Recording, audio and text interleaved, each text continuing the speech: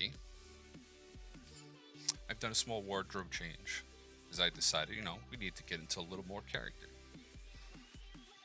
So, we right now technically are in a button-down fucking shirt because I thought it'd be cool to do. I would take the hat off to look more professional, but it does stop me from dealing with migraines and shit like that. So, as you see here, we do have a lot of stuff. So, let me go ahead and just unlock everything, because I locked all of the pieces so I can't move them. But I gotta unlock them now. There we go. So, we're going to be going over pretty much everything that I can possibly tell you about Dominion. So, this thing is about 28k characters long, and I have played over 76 days in Dominion. We are right now currently at rep 876, and this is my instructional guide to Dominion strategy. Now, as a small thing, as it says here, as a disclaimer, this video is to help out those who wish to make better decisions when playing For Honor and other multiplayer games. This can also help in solo queuing, squatted teams, or even playing with someone who has lost or broken their headset or mic. This is not a one-trick way to win more games, but a way to find information easier to assist in making better decisions in games. As you see right here, we are going to be going over, like, I've even completely broken it down into chapters.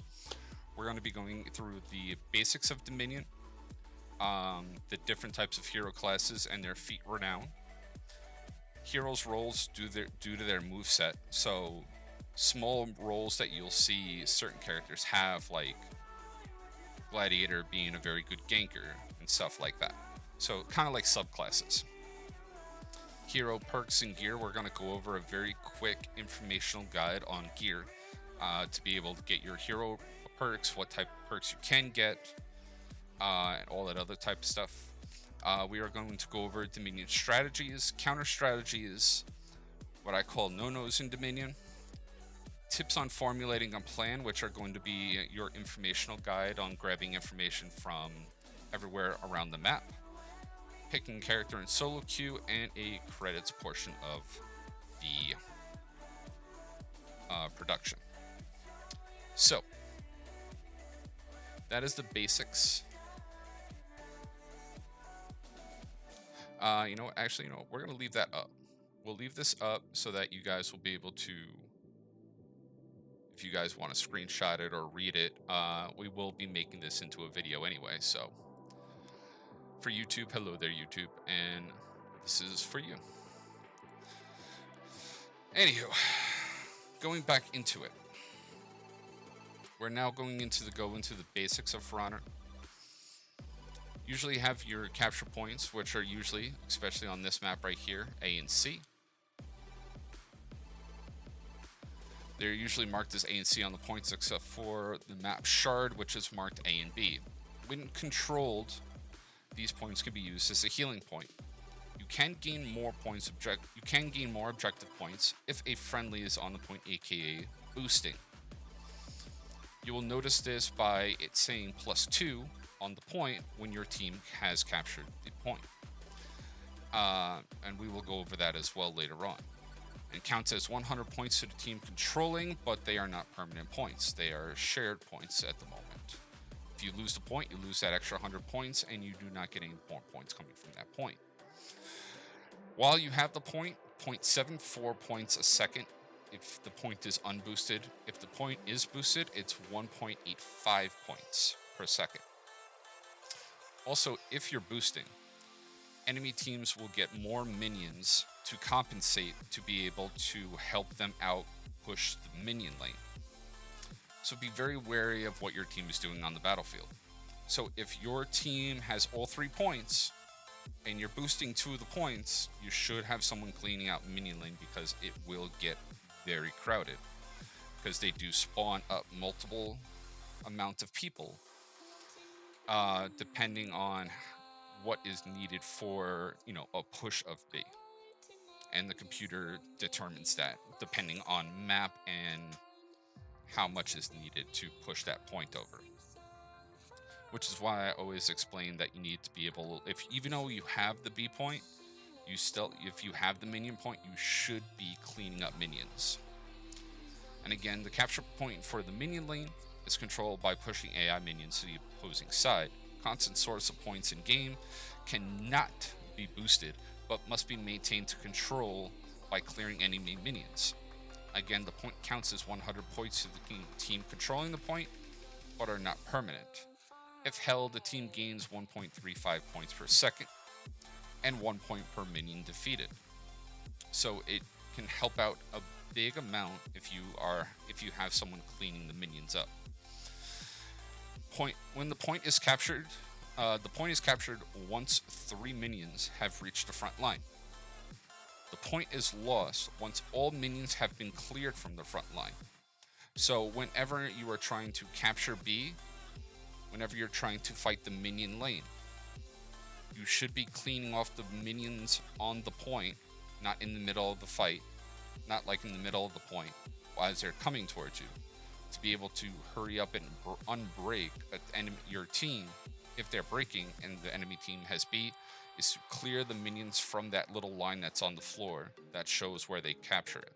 Because it does take 3 minions to pick up the point, but you need to eliminate all of them for you to lose the point. Not a lot of people know that, and it's a big help once you understand what's going on with that certain situation. So then we're going to go into breaking. Teams that are breaking can no longer respawn once down when executed. If not executed, may be revived by a teammate. This occurs when the opposing team reaches 1,000 cumulative points. Both teams can be breaking at the same time. And again, this is for people that are learning the game. Again, we're going to be jumping between low to intermediate. We're going to be jumping all over the place. When you're breaking, teams can rally if the opposing team drops under 1,000 objective points by losing a capture point that they controlled. This restores the ability to respawn when downed until the team is breaking again. And again, the objective as a team reach 1,000 objective points by controlling the capture points, clearing minions, and defeating heroes, which will put the enemy team in a state of breaking. Once a team is breaking and all heroes on that team are defeated, the other team wins. Basics. Very, very basic. Next thing we're going to be going over is the hero classes. Your Vanguard's your overall jack of all trades. They earn more renown to unlock their feats by fighting in outnumbered fights, controlling objectives, and clearing enemy soldiers. This is why Raider, Kensei, Tiandi are very good at clearing out minions. If they're controlling objectives, they earn more points. And if they win outnumbered fights, they get their feats very, very, very quickly. Which makes them good team fighters, makes them good point holders, and it helps out big time when they're cleaning out enemy minions if they're having a really hard time struggling trying to get the point done. So, now, on to the second portion of heavies. And I'm sorry, I had to fix something right there. My mic wasn't showing up, and I wasn't sure if the mic was on. Because no one's talking. But anywho. So, the heavies. They're bruisers that are best as defenders. They earn more renown to unlock feats by assisting/saving enemy heroes and defending objectives, which makes heavies really good at boosters. That's why whenever you see a lot of enemies playing like Black Prior, JJ, Hito, Yorm, Goki, Warlord, and they're holding down points, why they earn their feats so fast, defending those points and being able to defend those points. Usually the best characters, if you're going to run like a full death ball and like boost a point to be able to help out like your team in that death ball. Your assassins, best used to pick off weak opponents, have a non-static guard. They earn more renown to unlock feats by defeating enemy heroes, winning 1v1s, and getting kill streaks. So that's why assassins have like their really fast dodge attacks to be able to catch people like Shaman, to be able to defeat those enemy heroes that are running away like weak. And as long as they stay alive, they will earn their renown a lot faster while, fighting. Your hybrid is your mixture of two of the previous classes. Shaolin is the only hybrid that has a non-static guard. And again, non-static means that it's not permanently there, so you have to refresh it every second for it to work. And renown for them is balanced across all activities due to the mixture of the other three classes. So, that's how renown works. You could be sitting on a point as an assassin, but a heavy will earn their feats faster than the assassin. So just be very, very careful whenever you're playing as an assassin. You're not going to earn as much renown as a heavy sitting on a point than you boosting a point. And again, this is why heavies are pretty dominant and assassins really need help with their renown gain. Now, we're going to go over the hero roles due to the movesets. Now, the hero roles due to the movesets, they are going to be certain moves that characters have, and as you play the character, you will see how certain characters are. Certain moves are very wide sweeping. Some characters are very like forward attack heavy. They don't really have any wide sweeping attacks, and so on and so forth. So we'll go over that really fast. Which hero roles do the movesets? So you have your minion clears, so characters that have moves that have a wide cleaving hitbox to clear enemy minions with ease, aka Raider, Kensei, Tiandi, let's call it. Lawbringer does pretty good with it. There's a lot of characters that are very good minion clearers, but some that aren't, like Gladiator. Your defender characters with movesets that can defend points better than others. So most of the time, your heavies like your Yorms, your Black Priors, your Conquerors, your Warlords. A ganker, characters with a moveset that is more useful in a ganking situation than a 1v1. I'd say I wrote that a little off-putting. They do, it's better in a gank situation for their moves. So kind of like your Gladiator, your PK, like your bleeding heroes, your heroes that have like throw attacks like your Warlord, Raider, so on and so forth. Anti-ganker characters with a moveset that works better when fighting outnumbered. So when they're fighting outnumbered, so like a Black Prior, like a shield character, works very well as an anti-ganker. Being able to move out of fight situations, be able to position themselves better. Anti-ganker. So like your Kensei and other characters like that. Stallers can... These characters that can stall better than most with their moveset outnumbered or not. AKA like your Tiandi and your Yorm. That have feats and movesets to be able to keep their stamina up, keep their health up. Goki, Shaman, and stuff like that. Peelers, characters that, due to their moveset, can disperse a group of enemies to help the team pick them off. So a peeler is going to be someone that can guard break and throw someone out of the way easier than other characters like Warlord or as Raider. Using their feats, kind of like Warmongandr, Nuxia with their infection perks, not perks, their feats and stuff like that.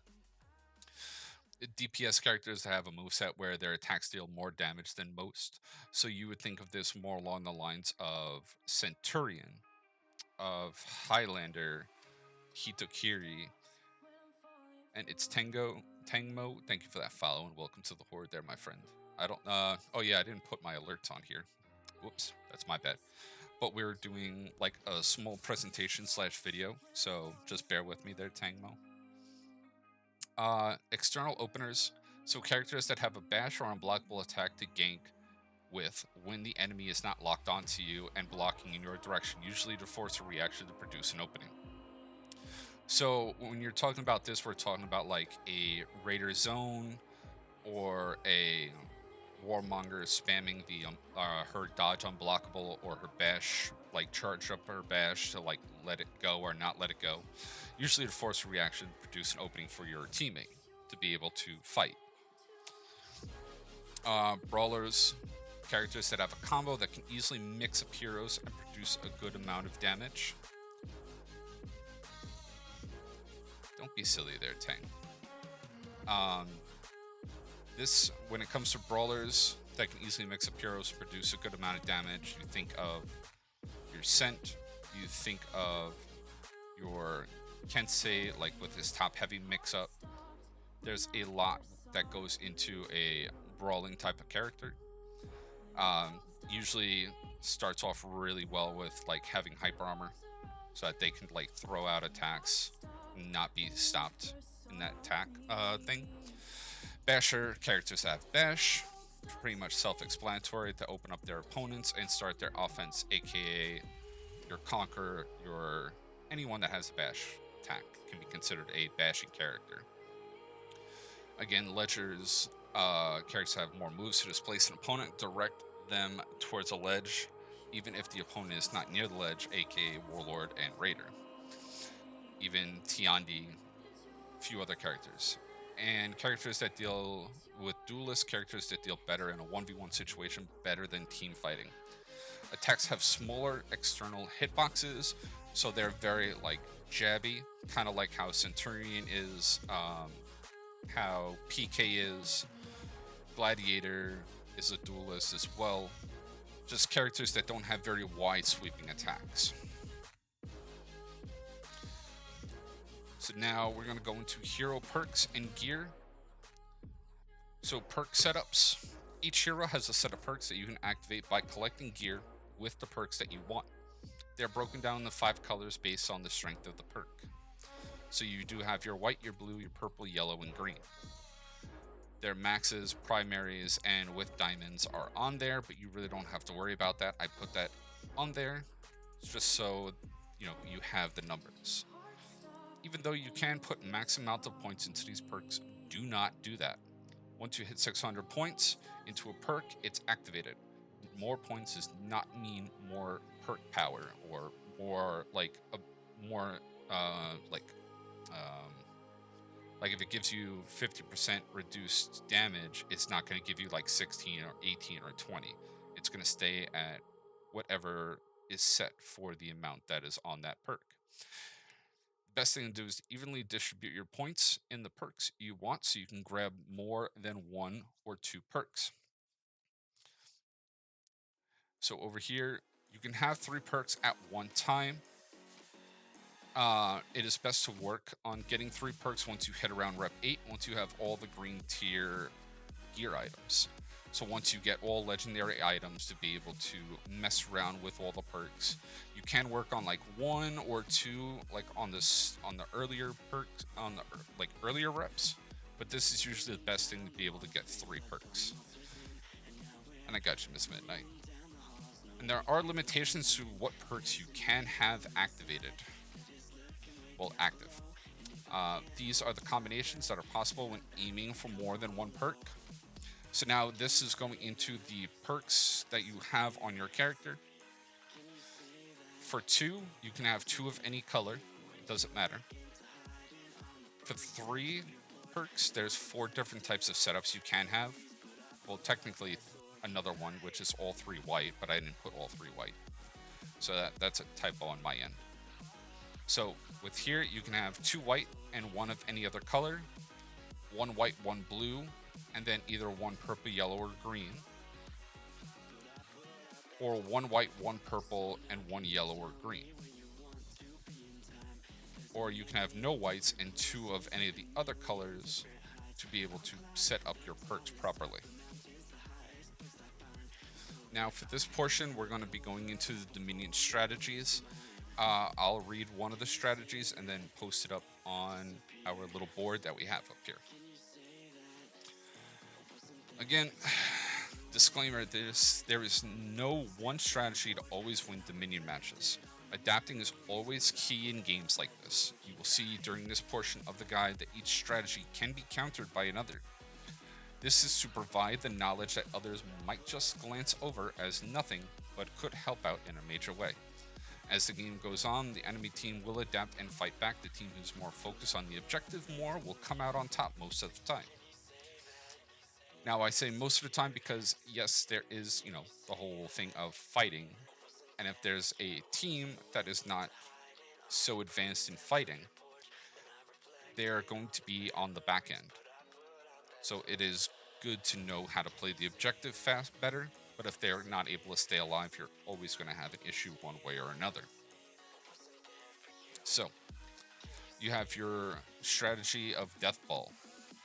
Death Ball is usually the one that everyone has a lot of trouble with, and it's a strategy when a team is moving together as a single unit to fight in favorable situations, usually moving from point to point to pick enemies off one by one.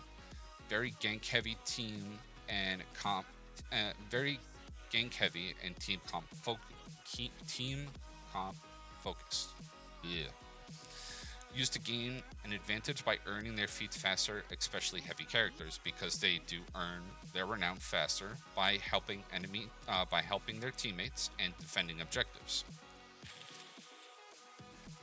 So your basics when you're talking about a death ball is, first off, what the fuck is this?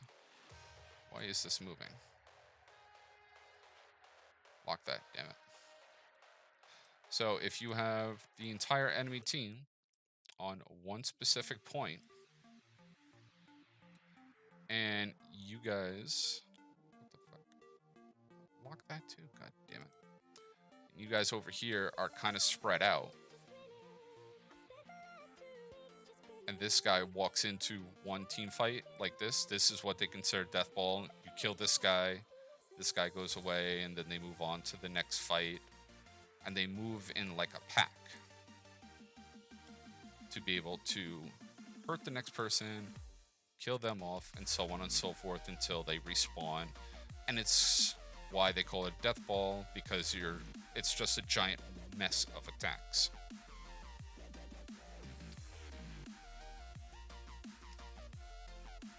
A lot of people have problems with that type of team fight, and we are going to talk about counters and all that other type of stuff. So, the next thing that we're going to be talking about is the 2-point strategy, where the team splits up and focuses on 2 points, usually the minion lane and one other point to heal on. Teams usually split in twos to secure the point and rotate for those on the minion lane so they can heal up. It's a very safe strategy. Vanguards thrive in the strategy due to earning more renown clearing minions. So, in this strategy, usually you have 2 people sitting on one point. Oop. Fuck that up. 2 people sitting on a point. And then you'll have these 2 pushing up the minion lane. So they will have control of, god damn it, A, and try to keep control of B, while defending against the team that's usually just like either hanging out or trying to come over here. So in this situation, they'll be able to help out quite a bit. This guy might be able to come out, help out here. It's still a 2v2 here, 2v1 over on A. And in these situations, it can help out an enemy team being able to support just 2 points. Again, usually the safest type of strategy, because if this person gets hurt, this guy right here, he can go, hey, I'm starting to get hurt, or I need to heal. This guy can start running out. This guy can start running out to help him out, comes back over here to heal while this guy is defending off the point against this guy, so that he can heal up, and then once he's like partially healed, he can come in and help out that team fight if his teammate is losing. So again, these small things are going to be able to help out you and your team in these situations. And again, this is one of the safest, and you see this happen a lot in the Dominion series, where they kind of stay grouped up together in groups of 2. That's why they end up, if you ever watch Clutchmeister, they sit there and they do 2v2 like brawls to be able to get those like fights down. And it helps out quite a bit in those team fight situations to be able to play that type of mode.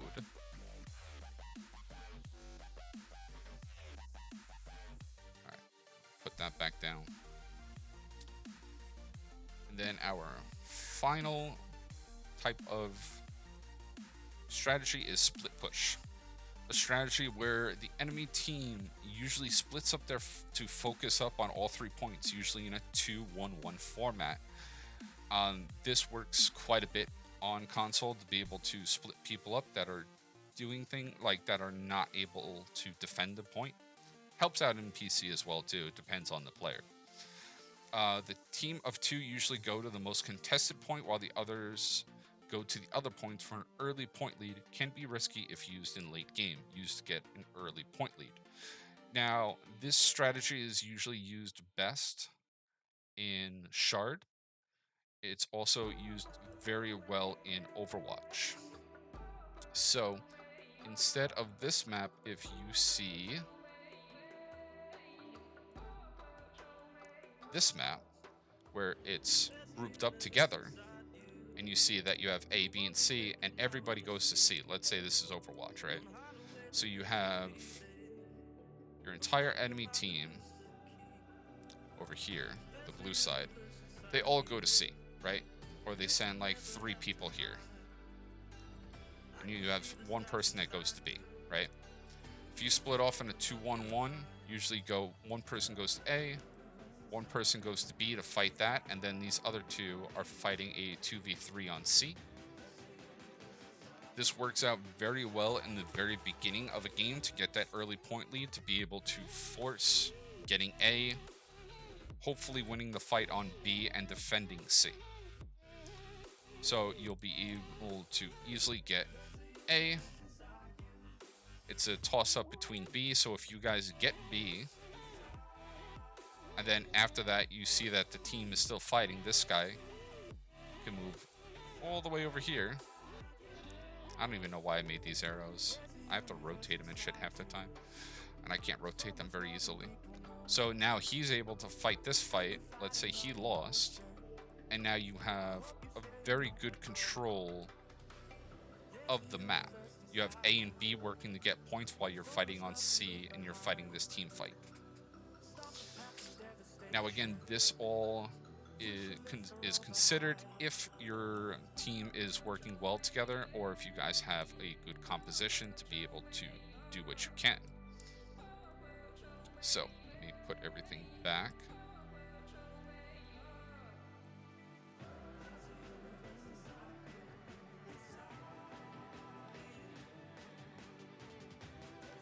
Boom. So, now we're going to go over some other terms that people might use inside of games like this in Dominion. So we do have what I call the meat grinder, a point that usually has majority of one team and an enemy keeps running in and dying. And this also goes into the second portion of blinded teammates. You will see these teammates that spawn, run to the same point, and jump into an awaiting team just to die again and continue the process. Usually raging at the person that defeated them or mad that they died to quote-unquote spam. These people are the food for the meat grinder and can be very detrimental to the team or hurt the team. I categorize them in this way as they resemble a carriage horse with blinders on, where they seem to fight like there's one point in the game and one way to get there. So in this situation, you have this way that always goes to A, right? This whole enemy team, whoa. This whole enemy team is on A, right? Let's say there are a lot of heavies that are staying grouped up together so that they can earn their renown. And this one teammate keeps going in. Like, let's say you're cleaning up B, you're running in, cleaning up B, and you have this guy boosting C. So this guy keeps running in to fight these guys. And then he dies. Immediately he goes back to spawn. Now they're grabbing all their feats and their renown because they just killed someone and they're boosting their point. This guy then goes back, dies, continues the process back and forth. Most of the time, whenever I see this happening, it's usually an Orochi that decides, oh, let me jump on the Sanctuary Bridge and get our home point, because we need to get our home point, and cannot block. And he thinks he's able to take on a team of 4. This is a horrible situation to be in as a team. And the best thing to be able to do is to be able to strategize and notice that you have a teammate that's doing this, to be able to help out one way or another for your teammates. Let go of the fucking point, damn it. Stop. See, I'm using Streamlabs to be able to pick everybody up and bring them down, so sometimes I don't click in the center since these markers are small for the map, and sometimes they get all fucked up. So, small things to be able to help you out in these certain situations. Win behind in a team fight. Teams win behind usually group up to defend a point and tend to stick together when the game has not been favorable for them to be alive for longer periods of time to gain renown to their feats. If they do not have them already, play safer than normal.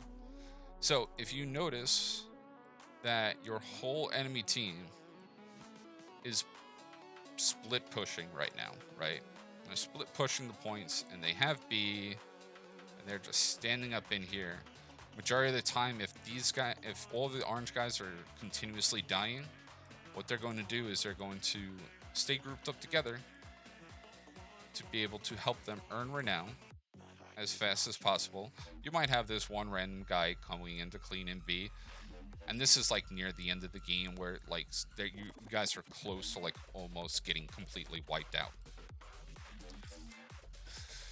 But it does help that he is trying to clear B. Maybe these guys will come over to help out once they grab B to try to fight on the point. They're cleaning up the minion lane. But usually you'll have a group of teammates just stuck together because they're like, well, we can't stay alive together because these guys are either deathballing us or fucking us up in team fights. That's usually how they react in those fights. To stay grouped up together and either deathball together or stay on a point to boost it so they can earn their renown faster because they're not winning those team fights, like I said. When a team's ahead, they usually play a split push where like they're split up to continue pressure on the enemy team or group on the point closest to the enemy team if they keep feeding the meat grinder. So if you are on... If you're on this map and this whole enemy team is just chilling, your whole team is split up trying to push out, right? That's usually the best way to be able to keep pressure on the enemy team. You'll see that this guy will move over here to C to contest these guys spawning and trying to go into this point. If you notice that you have like 2 people coming over here to C, to B, and no one's coming over to A. There's not a single person going. And these guys are constantly like fighting here in this type of situation. You're gonna go, okay, let's go ahead and continue fighting. Let's push this guy up to A. To push up on B because no one's coming up to A, and this guy might say, you know what, let me go help out over here because this guy came out to come help out on B, or is you guys are about to like that you're about to make them break to a point that they can't come back. And then these guys are like, you know what, let me actually go to A and take that point. They're still going to break, though. But they notice this one guy keeps respawning, like, as you guys are as the enemy team is breaking and unbreaking, and this guy keeps coming to C no matter what happens. All group up, kill that one guy. Once they're finally done breaking, he's done. He's gone. And now it's a 4v3 and is able to continue that pressure as much as possible.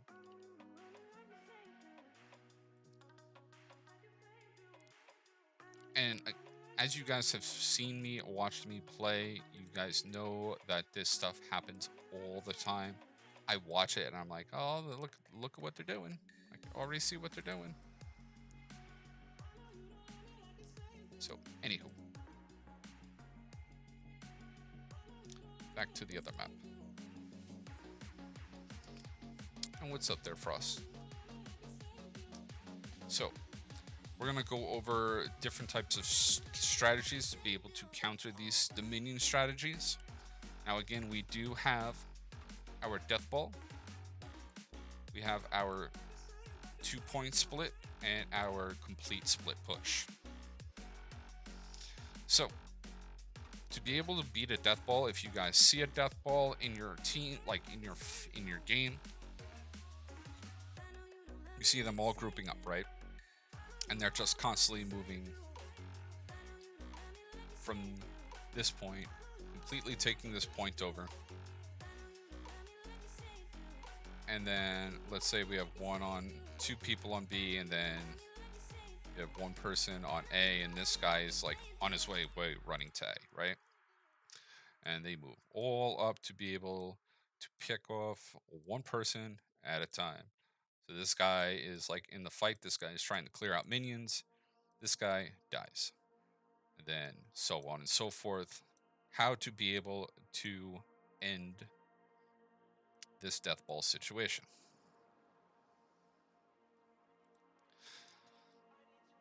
They're usually grouped up together as a unit. Split pushing the map forces the enemy team to split up, and if not, be able to focus on ganking. And to be enemy team split up and not be able to focus on ganking. Or they end up losing by breaking first. You should focus on defending yourself when split to take as much of their time fighting you while your team can recapture the points they have captured. As long as your team has 2 points and boosting at least 1 point during their Death Ball, you will have the point lead. If the enemy team does not split up and continues in this fashion and you apply this strategy, you will be ahead in points and make them break first, but you will be behind in feats unlocked. Now this is because unless you're all playing as Vanguards and you're all cleaning out the B lane, you're going to be constantly outnumbered. So once he dies and he respawns, he's fighting this guy. Let's say this guy finally gets over to A, then says, oh, I need to go help out this guy at B, right? This guy dies. And you see that they're moving on to the next point. Now at this point, you already have point A. Ooh, shit. Because you've been boosting it. They had point C because they were boosting that and moved over to B. Now they have B. Oh. Fucking locked. Stop it. So now they have B. So now in this situation, actually, you know what? Let me make that C a little bigger so you guys can see that a little better.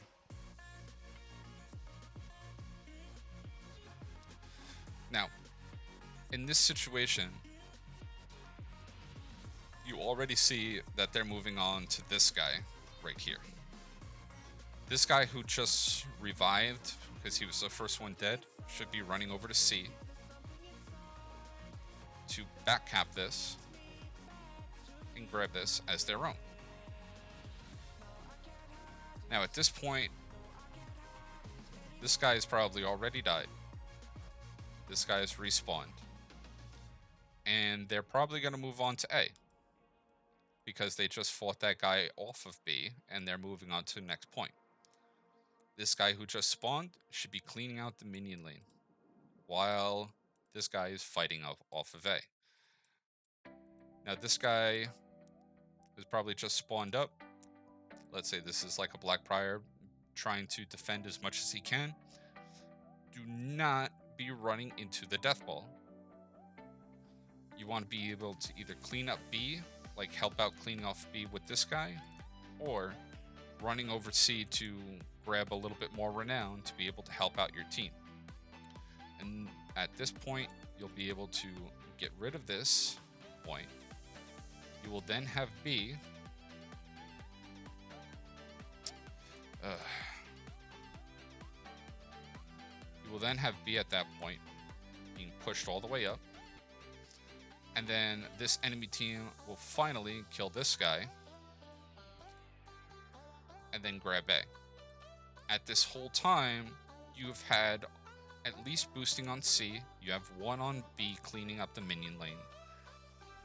And this is how to counter this. Now, the way that they're going to be able to split up is splitting up their forces. Which, if they start to split up their forces and they don't fight well in a 1v1 situation, you might be able to catch them, grab this point, and so on and so forth. And once you have split them up, it'll make life a lot easier on the team and while you're fighting. It is a lot of work breaking up Death Ball, but you will be able to break it up. But you have to be able to split your forces and hope that your teammates are able to play defense. If you see that your if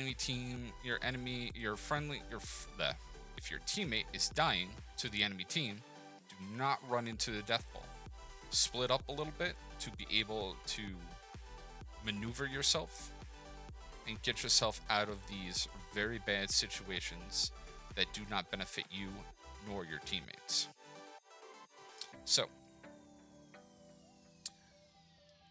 an easy way to be able to break up that Death Ball. Actually, you know, grab that off as well.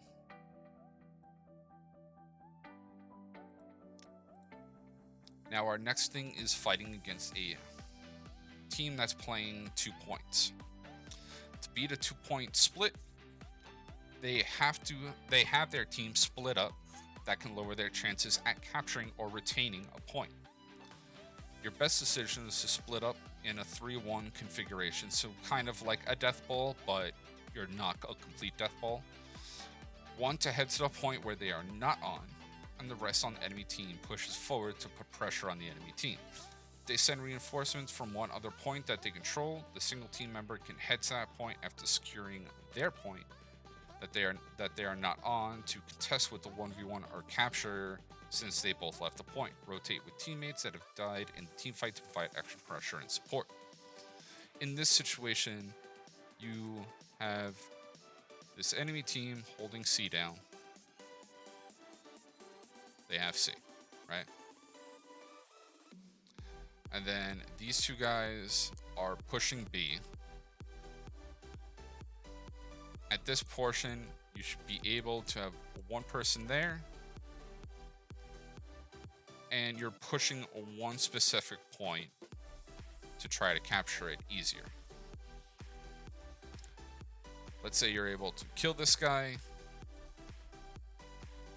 and this guy ends up fighting him while they're clearing out the minions. While during this time, you already have captured A, and you capture B while this little fight is happening right here on B.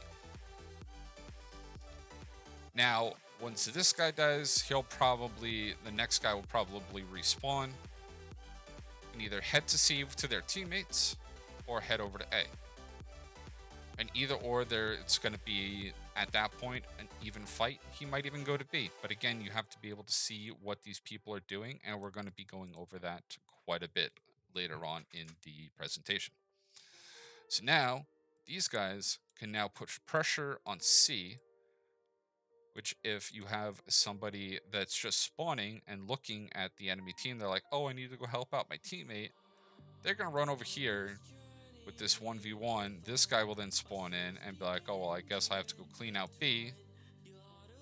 These guys are already like about to be dead because by the time that your teammate comes, they're going to be very close to death. And then this guy is now in a fight with a 3v1. Let's say this guy grabs B, so on and so forth. This guy can end up running over and cleaning this point up while taking care of this guy, and then run back to his point to push the point. And it's all, again, these strategies are be able to have you guys think on the fly and then understand, okay, well, this is happening. What can we do to really push this? And this is all depending on if you have teammates with you. If you guys don't have teammates or you don't have communications, looking at what your teammates are doing and what your enemy team is doing to be able to decide what's the best plan of action. So that is to be able to defeat like a 2v2 type of split push. It is harder to be able to defeat the 2v2 split push, but at least you guys now have like a slight understanding on how it works. So then you can defend against it if you see it.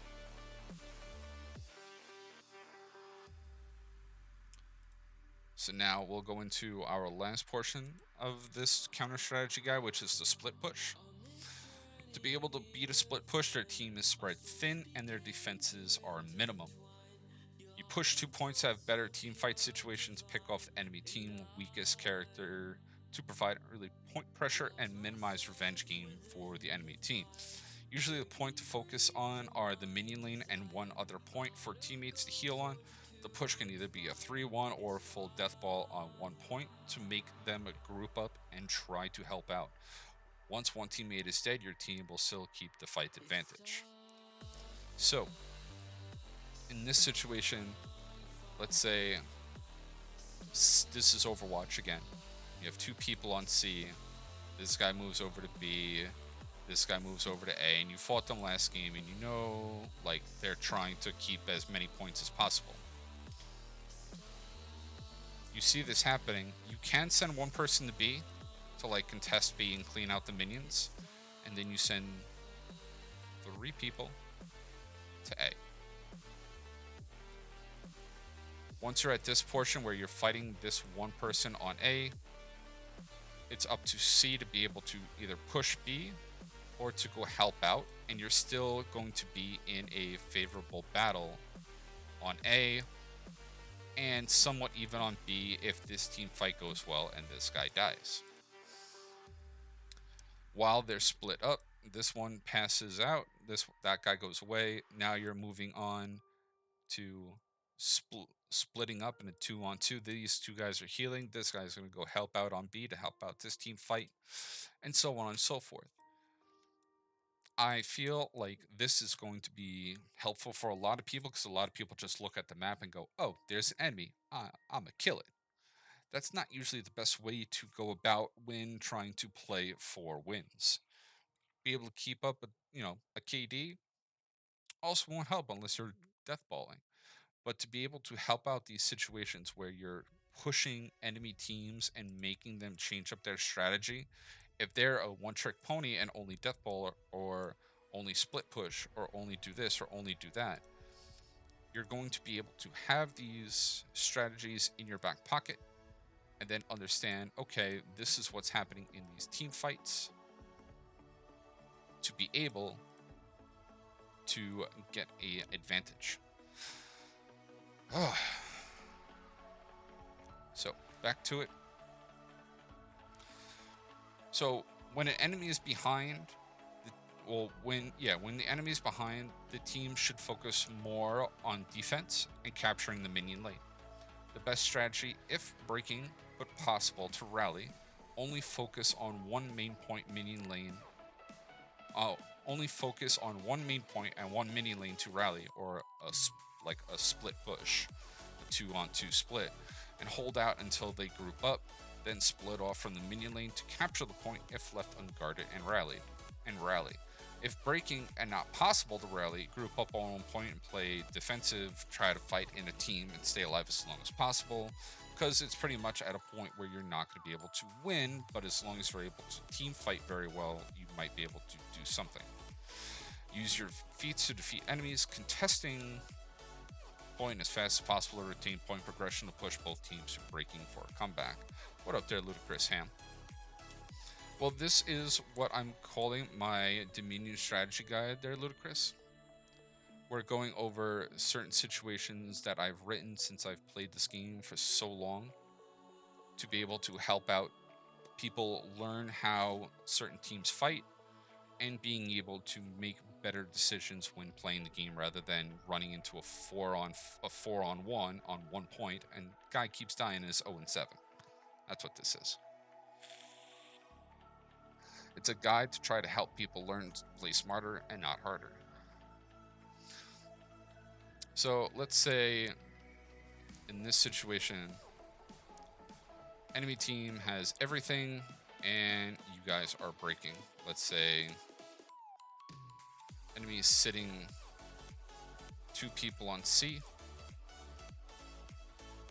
1 person on A and 1 person at B. Well, let's say they're all sitting at C just waiting for this one guy that keeps coming in to die.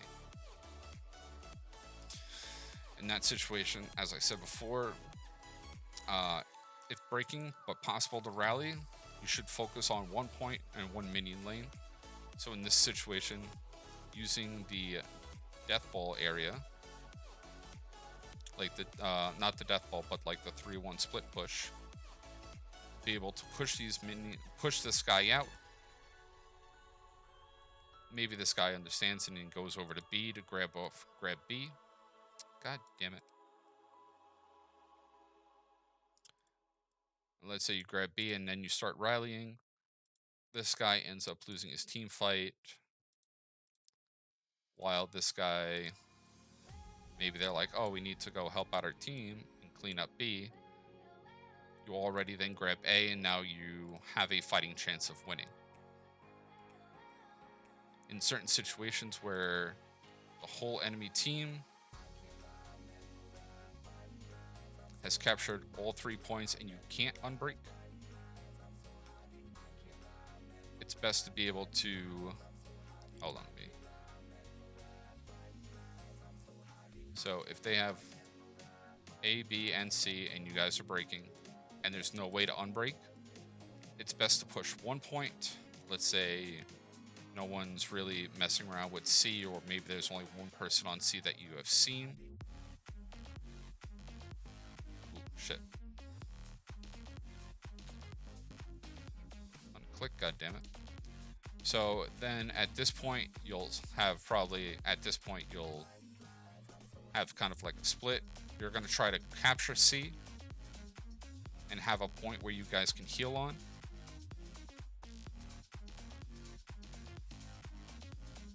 And then you won't be able to unbreak, but at least you'll have a point to be able to defend while waiting for these guys to come in and fight you. Now again, this is very basic when this happens. Let's say this guy comes back up. Comes in for the fight as well. You've already pretty much at a point where you can't unbreak. There's not much you could really do in that situation, except for play defense. But it is good to at least grab a single point.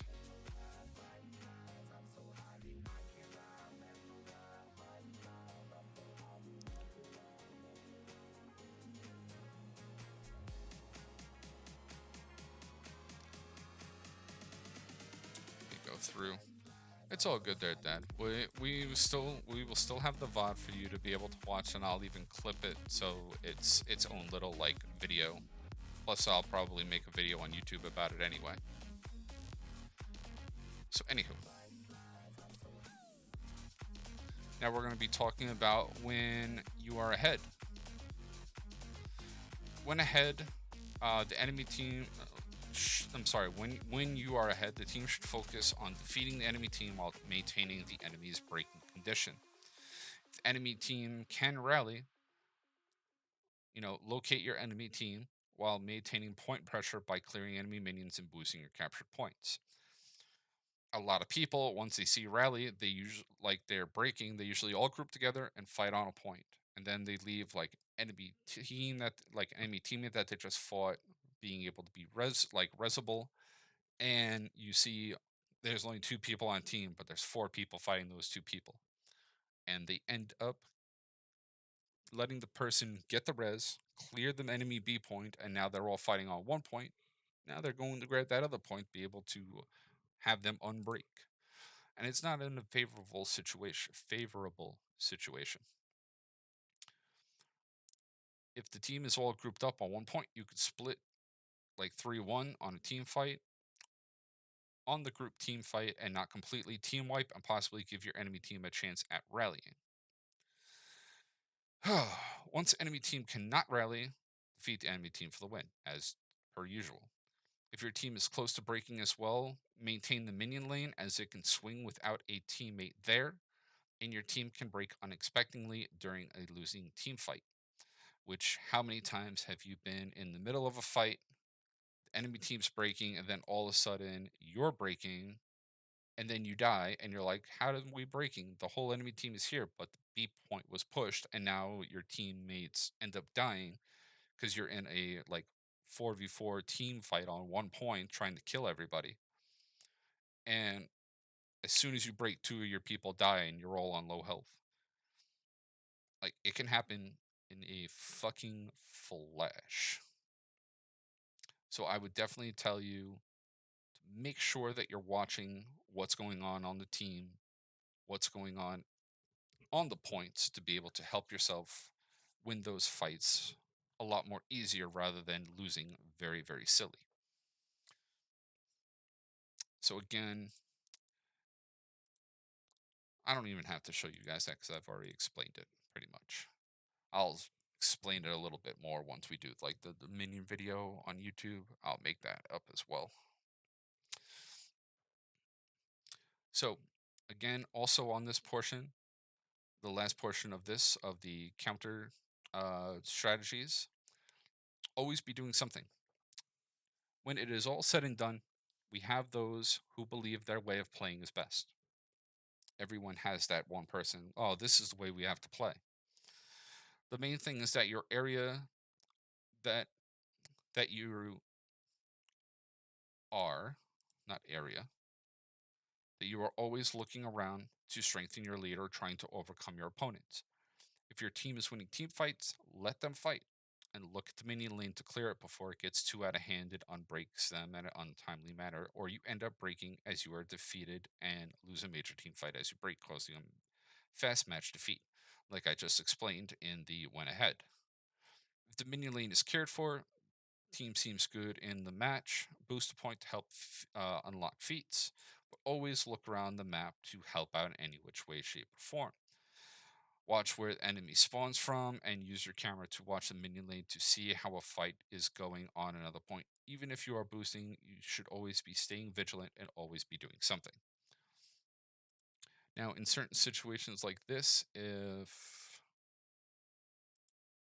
you're fighting here, you're always looking around to be able to see what is going on in game.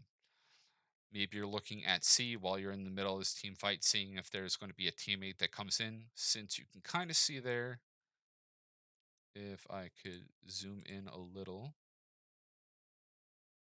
that we do have that point in this picture because it's blue, even though the enemy team rallied. You're looking to try to get some help in this team fight. Always be looking around and seeing what's going on in your surroundings. If you're on a point and you're just hanging there, maybe you're looking at where the enemy spawns. If you can see that, look over to see if there's any way to help. Or to make sure when you see, oh, there's an enemy coming my way, I should prepare. Maybe I have a feat that I could put down for that person instead of like just throwing out feats all willy-nilly. You'd be like, oh, he is heading this way. Let me place this bear trap down, or this get ready to throw my my Phoenix Flux or whatever the fuck it's called, the flashbang for the knights. Any which way, shape, or form. Maybe you're looking at the minion lane to see how the minion lane is working, so on and so forth. But you should always be doing something, always thinking about what to do. Can you clean the point? Is there a teammate coming in to heal so you can kind of leave since no enemy's coming near you? And you can go in to go help out B or help out in the next team fight that's going on. You should always be using your camera, moving it around, seeing what's going on, not just sitting there boosting a point. Because then you have that one person just sitting there boosting a point, and they're just sitting on a ledge, just clapping or playing their violin or whatever. They get guard broken, thrown off a ledge. Your team has lost a point. This is the presentation there, Juicy, yes. But yes, you should always be doing something in a team fight.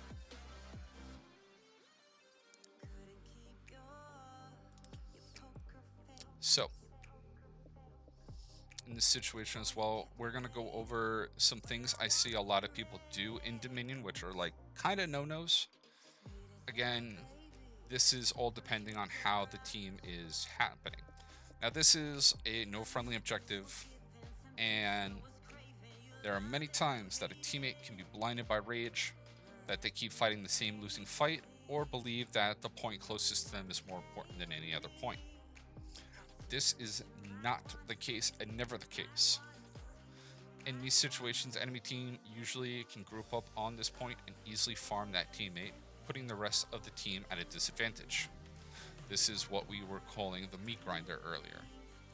So in this situation, you have enemy team. Close that. You have the whole enemy team sitting on C, right? Whole enemy team is here, hanging out on C. And you have one person backcapping. You have these two people trying to figure out what they're going to do. Like, let's say this guy's just spawning. This guy is Leroy Jenkins running into C. Immediately dying as soon as he gets there, and this guy's like, oh, let me go help. This guy dies. And then this guy now has to fight a 4v1, and they've started healing.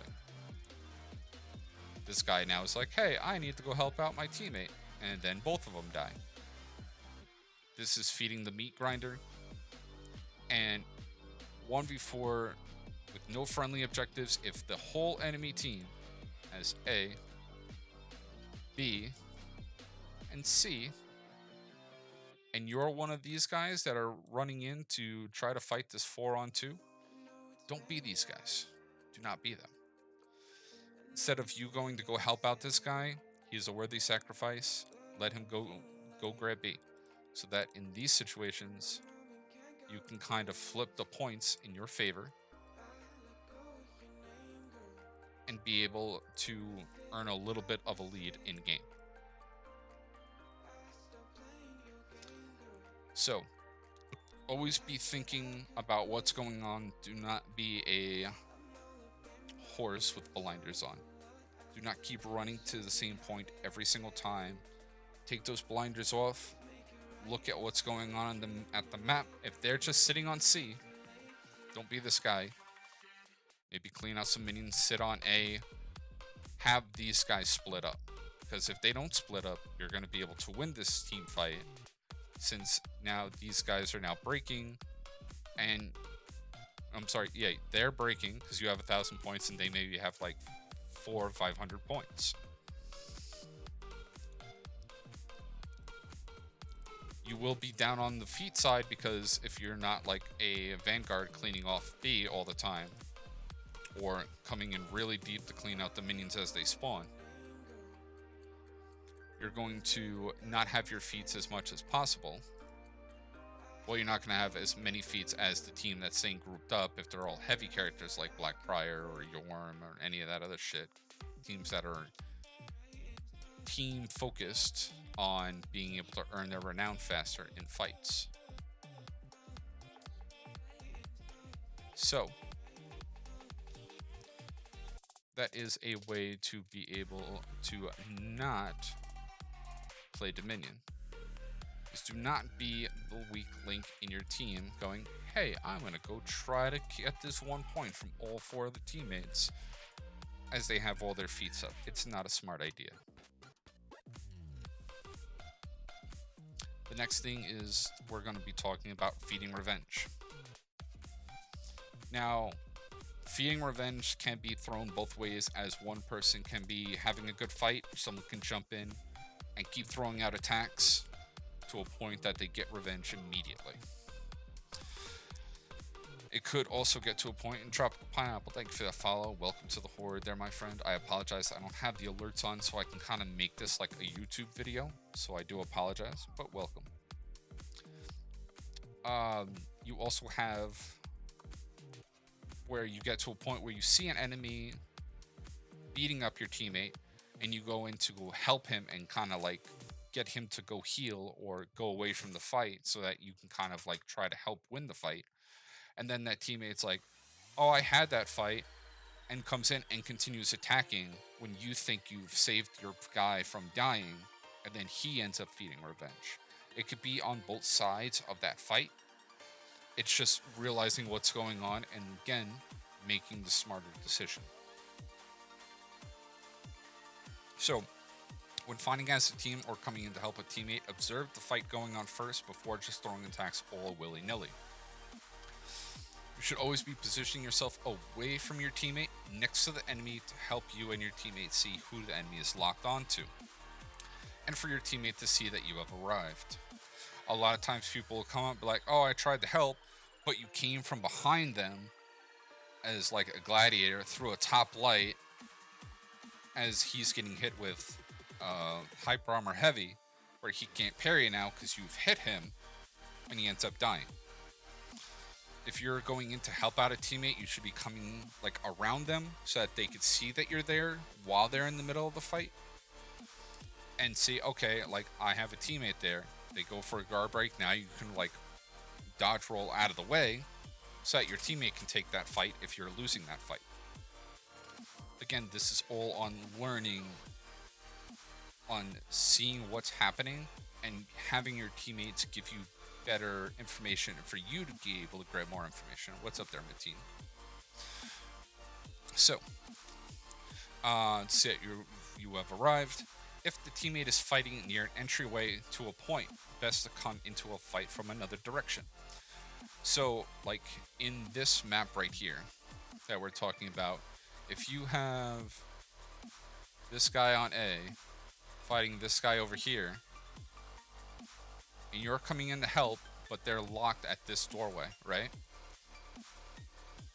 Maybe best for you to like let that teammate fight and come up this way so that you can kind of come in that situation, because as soon as this guy gets spawned in, he can come in through here, and now they're locked onto you and throwing unblockables. This guy will die because he can do nothing but dodge out of the way, but you're directly behind him, so he can't dodge. He'll get hit with the unblockable every single time and end up dying. So it's best for you in that situation, again, to see that there's no way to get in. Don't sit there and wait. Try to come around the edge. Same thing as if you're over here. If this enemy team is here, I'm sorry, if your team is here, like coming in for the fight, right? And these guys are now just sitting here waiting at this point right here, right? And your whole team's spawning over here, and you grab this one guy's fighting over here. Maybe it would be your best option, instead of walking up the same path and creating like this giant block of fucking up, to maybe go up the ladder and come up on this side, or come in through this pathway to come safely towards the back of the point, so that your teammate sees that you're here, or sees that you come up the ladder so that you're here, and is able to visually see you, so he can understand what's going on. And of course, they're Minty. Tropical Pineapple. Is anyone else having trouble loading into matches, even Dominion? Honestly, we haven't had any trouble on Xbox, honestly. There was a problem yesterday where, like, someone thought I DDoSed them, and I'm like, dude, everyone lagged out, even my party that I had, because I do run like a followers lobby. So, going back into it, And again, you could always rewind this, Minty, to be able to read everything that I go over, because I've written pretty much like an essay on this thing. So, going back into it. So again, best to come into a fight from another direction. This helps you to not have the enemy throw an unlocked, unblockable, or attack that your teammate is trying to parry and defeat your teammate because he's weaker, since he'll be locked onto the healthier opponent. So it will guarantee a hit. So if you have someone who's weak over here and is someone coming in to help out, if the enemy locks onto this person and throws an unblockable like a Raider Zone, only way this guy can move out of the way is dodging out of the way, because if he tries to parry, he dies. If he stands there, he dies. And if he doesn't dodge in time, or you're too close to him so he can't dodge, you're going to get hit by that unblockable. And you're definitely going to get murdered. And again, this is why instead of fighting in a fucking line while you're trying to help out your teammate by backing him up, come around the side. It would definitely be a big thing to help out, so that your teammates aren't getting completely like sandwiched in on both sides by their teammate and an enemy. Okay, this is my first time multiplayer, and I've been loading in on Dominion for about 6 minutes with no one joining my lobby and matchmaking. Well, if you're brand new, it'll take a little bit of time, because it does try to like match you up with like people of your skill. So for you, it will take a little bit of time until like you have an established like MMR, but you will get there, my friend. You got to remember that this game is 5 years old, so it will be kind of an issue to be able to find someone who's brand new playing it as well. But you will get there. You will be able to find a spot. So, anywho, I got you there, Tropical. I got you, bro. So if the enemy is not locked onto you, you should be able to use feinted attacks or unblockable attacks to force a reaction to help your teammate open your opponent's defense. So if they're sitting there being very turtly, not letting you in the point, if you throw an unblockable, they might go like, oh, let me zone option select. So they'll throw a zone. Your teammate will then be able to go, okay, I'm kind of playing defense as well, because my teammate's coming in to throw an unblockable, and parry on what that person is going to do to try to react to the bash or the unblockable, and being able to open up that person's defense to kind of open up a team fight. In this portion as well, bashes are very good in this situation, but they can still feed a good amount of revenge, so you should use bashes sparingly. Best if you are the better damage per second DPS than your teammate. So if you see that, if you're a Highlander and you have someone who's throwing a bash like a Conqueror next to you to try to bash out your teammate, you should be getting ready to throw your unblockable. And the Conqueror really shouldn't be attacking, because then he'll just be feeding a lot of revenge, especially not being able, because he'll do less damage, or if his light hits first and then your heavy hits, your heavy will do less damage because that light has hit, due to getting hit with 2 attacks after a stun usually diminishes the amount of damage being done. It usually does it in a guard break if the 2 heavies hit simultaneously. But again, we're not talking about ganking, we're not talking about anything that would get you to a point where like, oh, this is how you gank this and do that. That's for more of an advance in learning the combos of each single character, which I did not do. This is a basic, generic version of everything. So, there we go. If you are the passive one in the fight, do not throw out attacks unless you can defeat the opponent before he fills up his revenge meter. So if you're playing as a peacekeeper and you don't have that person bleeding, and you're the one that's not being looked at, so you're being the passive one, you should be standing by in case your teammate gets guard broken, or let's say he's throwing a heavy attack and you have opportunity to guard break him in that situation. Teammate gets guard broken and you're able to throw out a heavy on that reaction, or even a light to stop him from that guard break, to kind of keep your teammate alive while trying not to feed revenge. And a lot of people, if you're in that situation, you should play more of a supporting role by observing the fight and helping your teammate if he gets broken suit. So, or if you can punish the enemy during their recovery frames. When the enemy icon is flashing, that means if you attack him, his revenge meter will start to fill.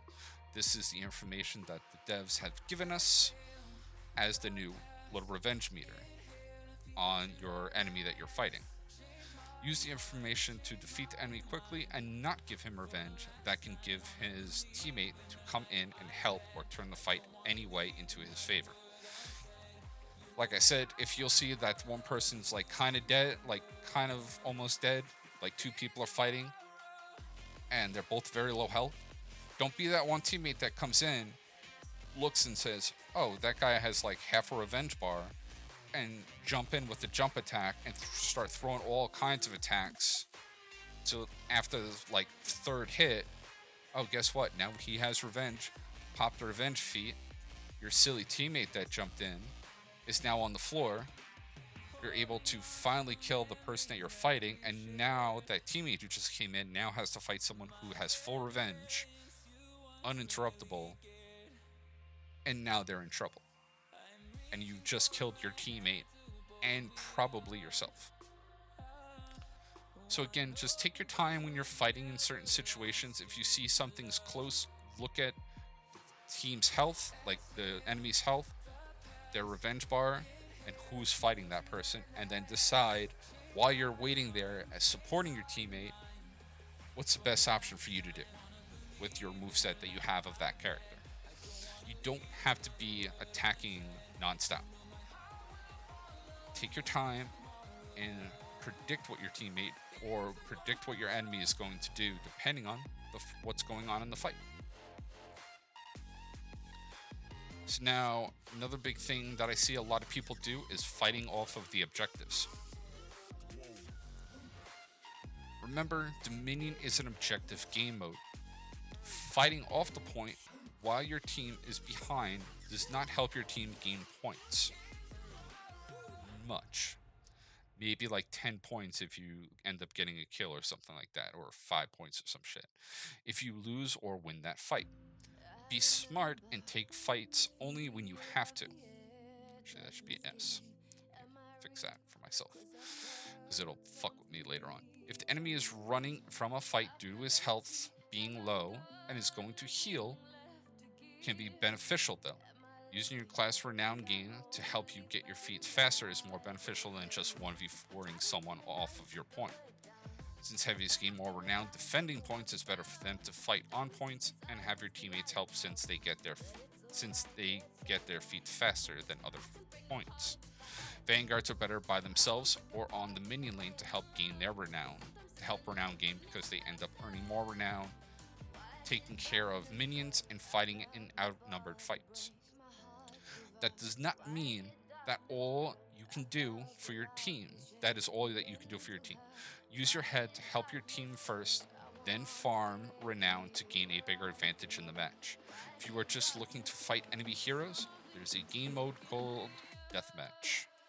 So, again, in this situation, you'll see that people are running on A, B, and C, right? In this match. Let's say you have one person holding this point, one person over here, and then you have this little fucking... Let's say both these people are cleaning up B. All these three have already gained up on here on B because they've already captured C. And you have these two silly dum-dums fighting on the bridge over on Citadel Gate. Or they're fighting over here. This will not earn any renown.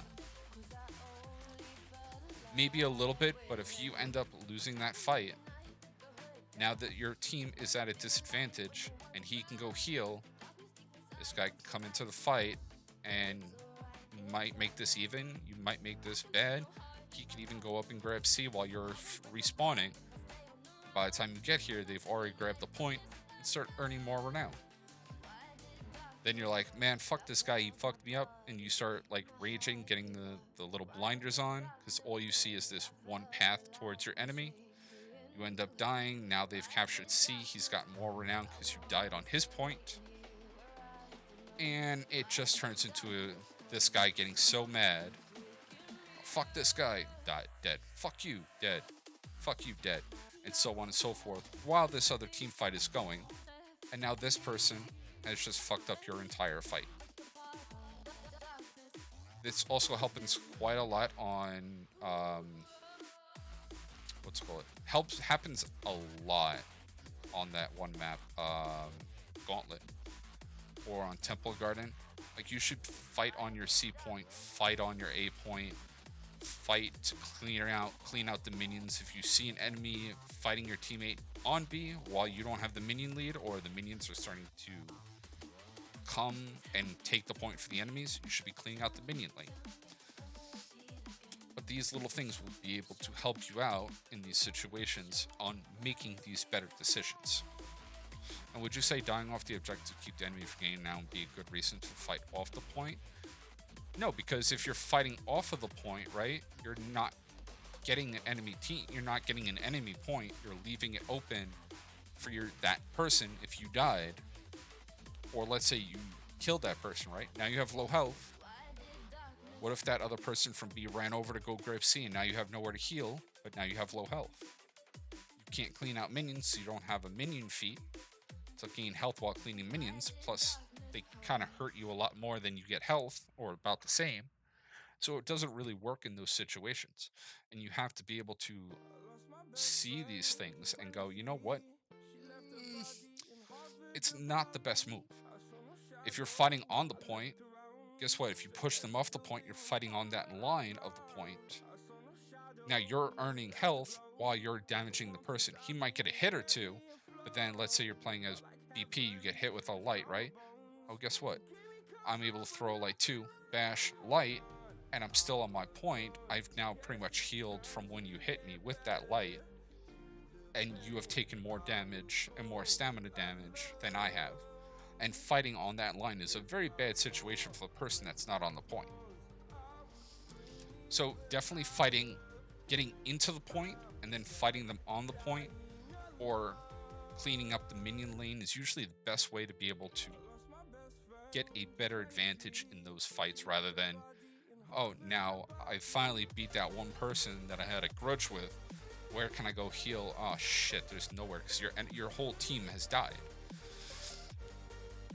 You're putting a lot of faith in your team, and if your team is just one person rage fighting one person and they keep dying and they're not contributing anything, and at the end of the match they're 0-8, that little team fight that you had, like that little 1v1 you had off the point, is going to leave you with no health and in the same boat as the person that is rage fighting and is 0-8.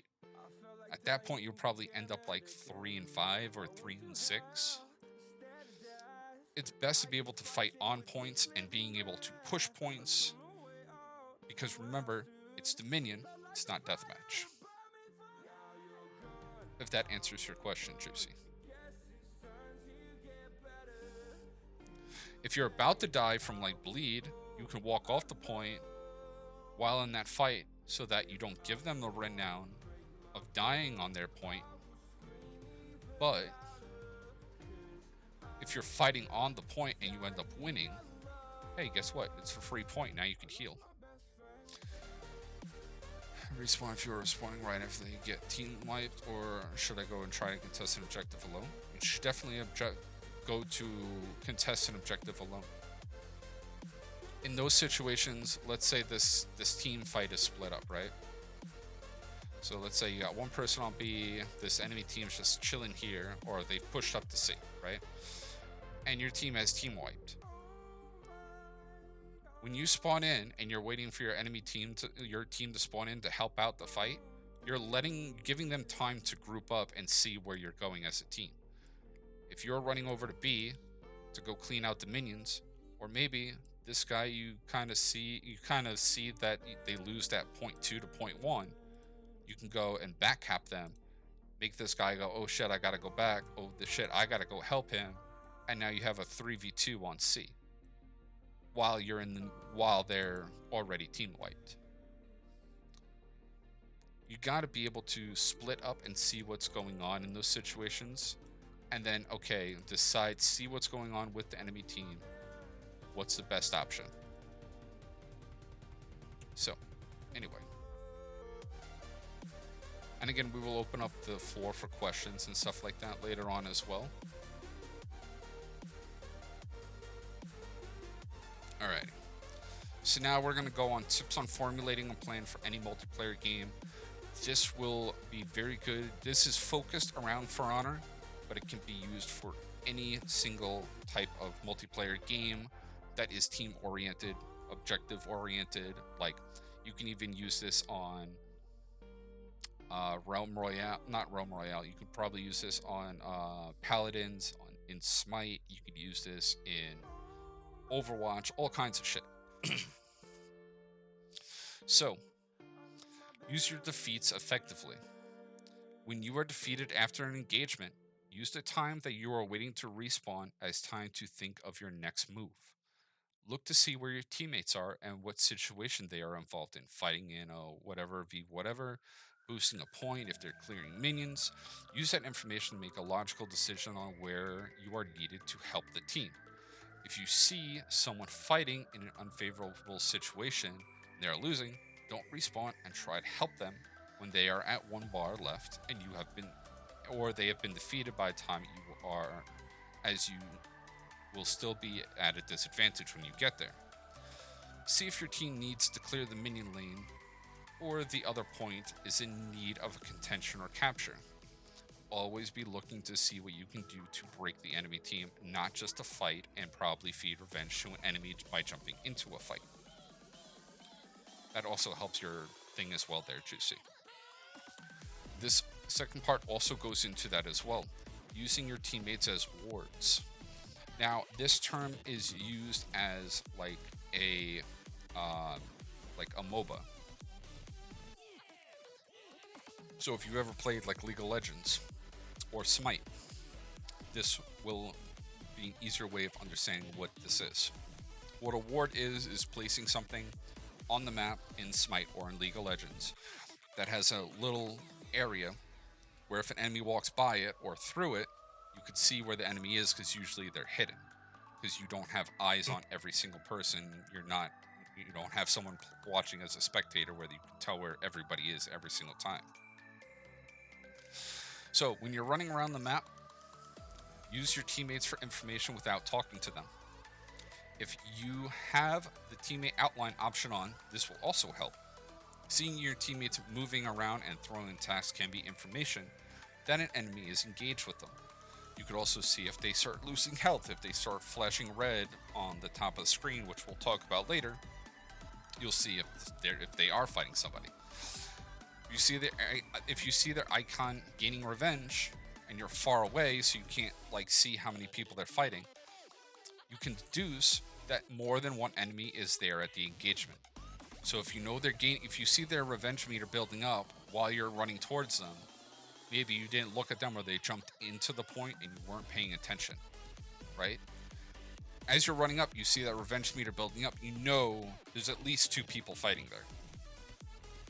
Use that information to be able to plan out your attack. Again, this information can help you see where the enemy team is without comms or VGS callouts for help. Use this information to make an educated guess at where you should go first to help your team gain an objective that is under enemy control, and second, what character are you using and which option is easier to complete. AKA, for example, if you are playing Gladiator and your team is fighting C and losing, let's say on Gauntlet, because that's usually the best one everyone knows,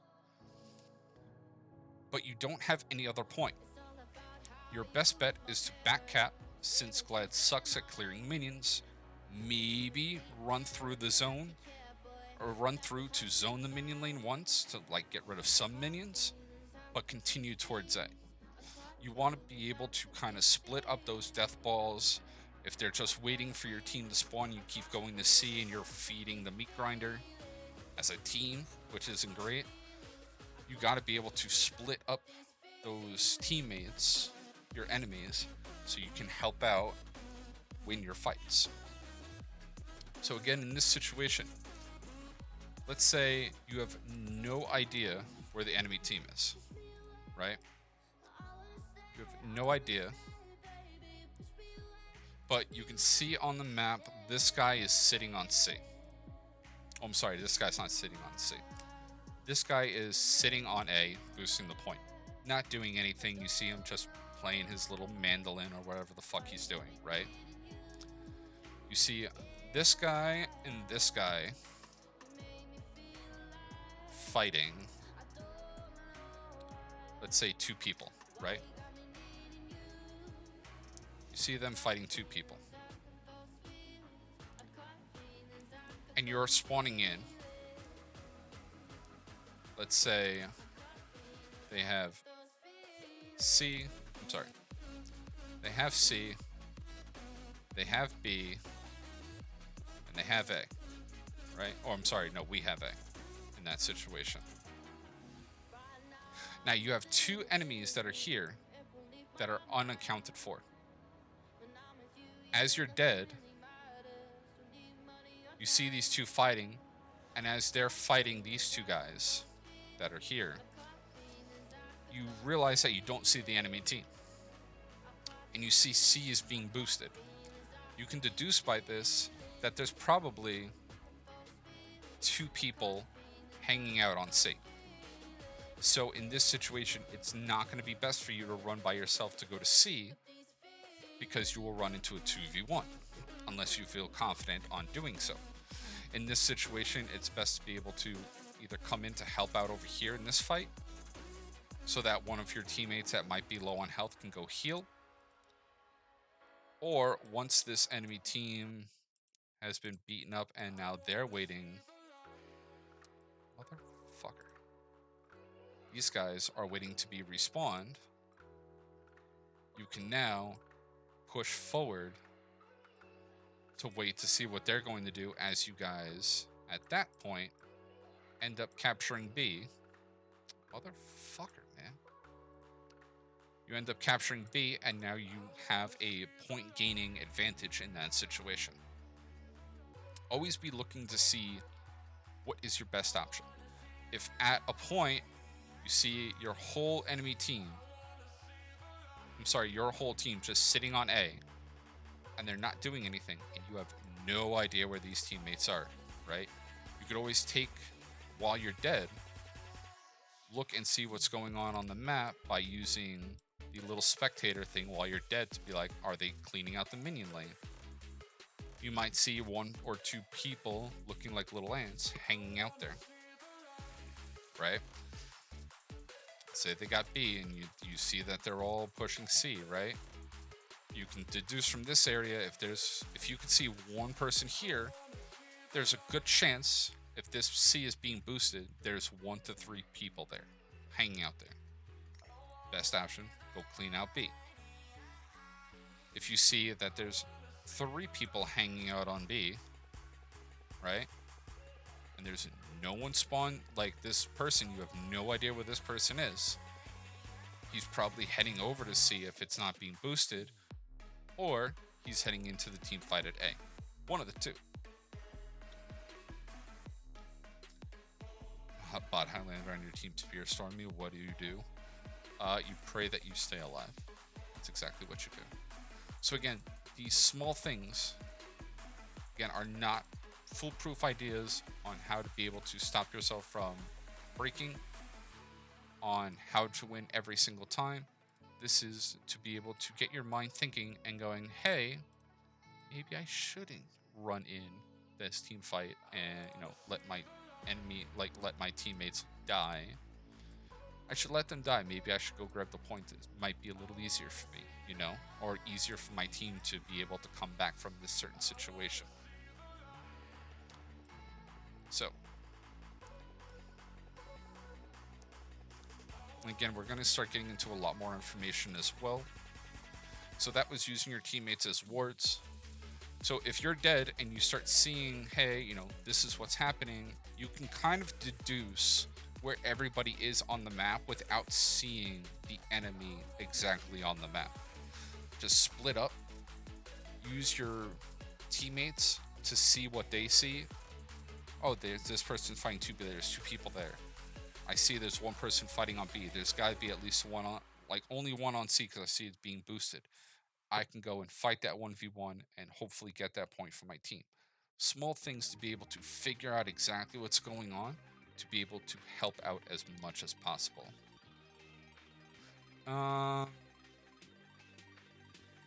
Whisper, yes. I'd say it would be better as a recording, so I could see what you see, not being able to just move around what I'm doing. Anywho, we're gonna now get into the HUD. Developers have been constantly updating the HUD to improve player decision making, and I think it is just user error, as this is a problem in all games. We are going to go over now how to use your HUD most efficiently. Now we're going to pull up our HUD.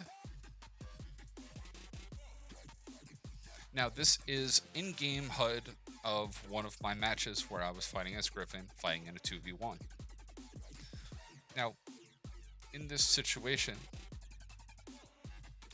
we are now going to talk about the minimap, which we all know what the minimap is, where it is in the bottom right corner. It's pretty much self-explanatory, not needed as much, as you can now see your teammates with the icons and outlines. It's used mainly to see if there's enemy teammate coming around to help out in your current engagement that may be out of sight, that like maybe another person has seen, or that you see like coming around a corner because they're moving. It can help out in being like in a 1v1, seeing that there's an enemy coming towards me, like from a quick glance.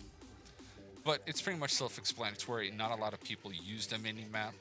It can be used in those situations to be like, oh, this is where this person is. Like, if they're running across a bridge and you're like, oh, hi, and push them off the bridge, like on Citadel Gate and shit like that. Now, our next portion we're going to talk about is our timer and character icons. Now, again, this is going to be your timer and character icon that's right above at the very top of your screen. It shows you who's still alive with enemy teams, so you can plan out the best way to enter a point or what to expect when getting there. Now, for example, if you're playing on High Fort, the best point to go for is C, that you have deduced from what you've seen in the fight, right? The point is being boosted, because let's say there's 2 people sitting on B cleaning that out, and there's a Black Prior on A that just is not dying. And there is an enemy Warlord or Raider in the game. You might want to watch out for a surprise ledge, for them like waiting for you to come in to ledge you. Also, if you are running in to help out a teammate to help, but forget what character they are, you can see if your teammate is blinking red on their icon when they are low at health. This can help in deciding how to help before you jump into the fight. So let's say you're coming in to help out Devil, and he is not playing his he's not playing his Lawbringer, who he's rep 70 with. And you see his little name pop up, you don't have the outline on, but you see that there's like a Hitokiri flashing red. You're like, oh fuck, he's playing Hitokiri. And as you're running into the fight, you're like, what would be my best way to help out this Hitokiri with the character that I'm playing? Let's say you're playing Gladiator. You can, instead of running in and feeding revenge, you can go ahead, jump in, and toe stab him for Devil to maybe throw like a light and then start going into his mix-up. And then you're playing as a support, but you didn't feed a lot of revenge as you just came in and toe stabbed him really quick to leave an opening for your enemy, for your teammate to throw an attack. A big thing that is not used, but can be helpful in those types of situations.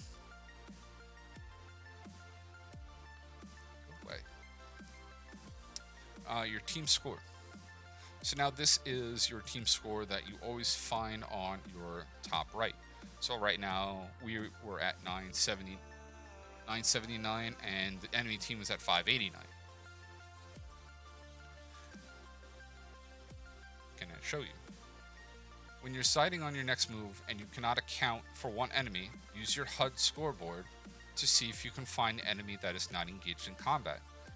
Again, if there is a +2 on an enemy captured point, at least one enemy is boosting that point. If the enemy has no capture points, but they are gaining points, at least one enemy is clearing the minion lane. If a friendly point is glowing white, the enemy is standing on the point with at least one teammate. If the enemy team has a lock icon on their scorebar, they cannot unbreak mathematically, and it is time to group up and hunt them down, as long as you have gotten your feats unlocked. If you still need to unlock your feats, you might need to help in finishing the fight, farm some minions to earn it. So now, in this situation, let's say we'll go back to the map itself, and you see your team right here just hanging out, right? Just hanging out on one point. Where is my other one? How the fuck did he end up all the way down there?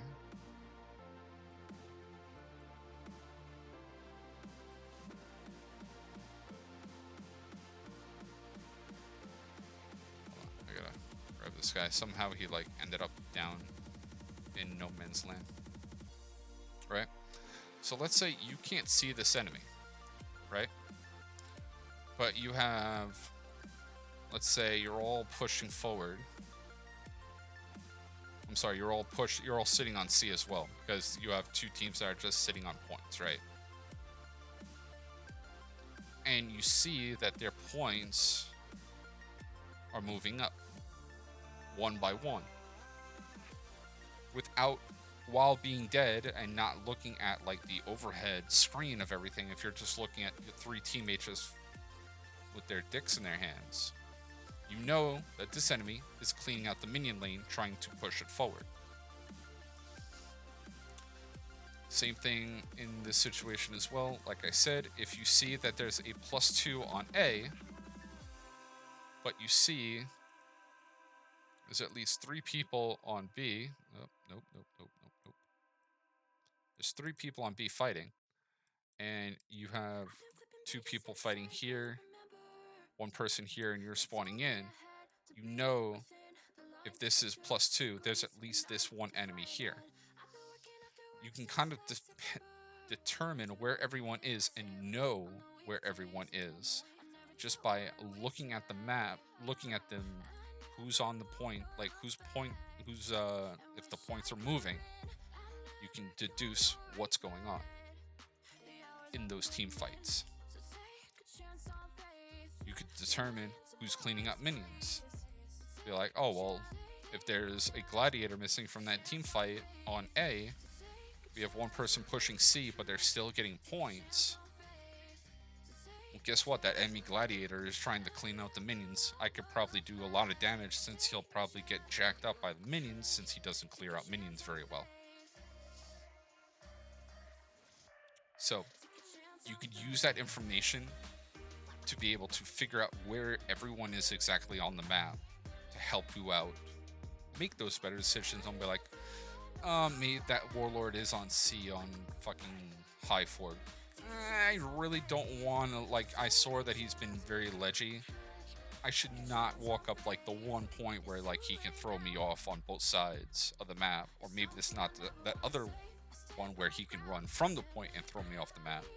Maybe I should go long ways to go on the longer side of the bridge so I can catch him from behind, because he thinks I'm coming this way.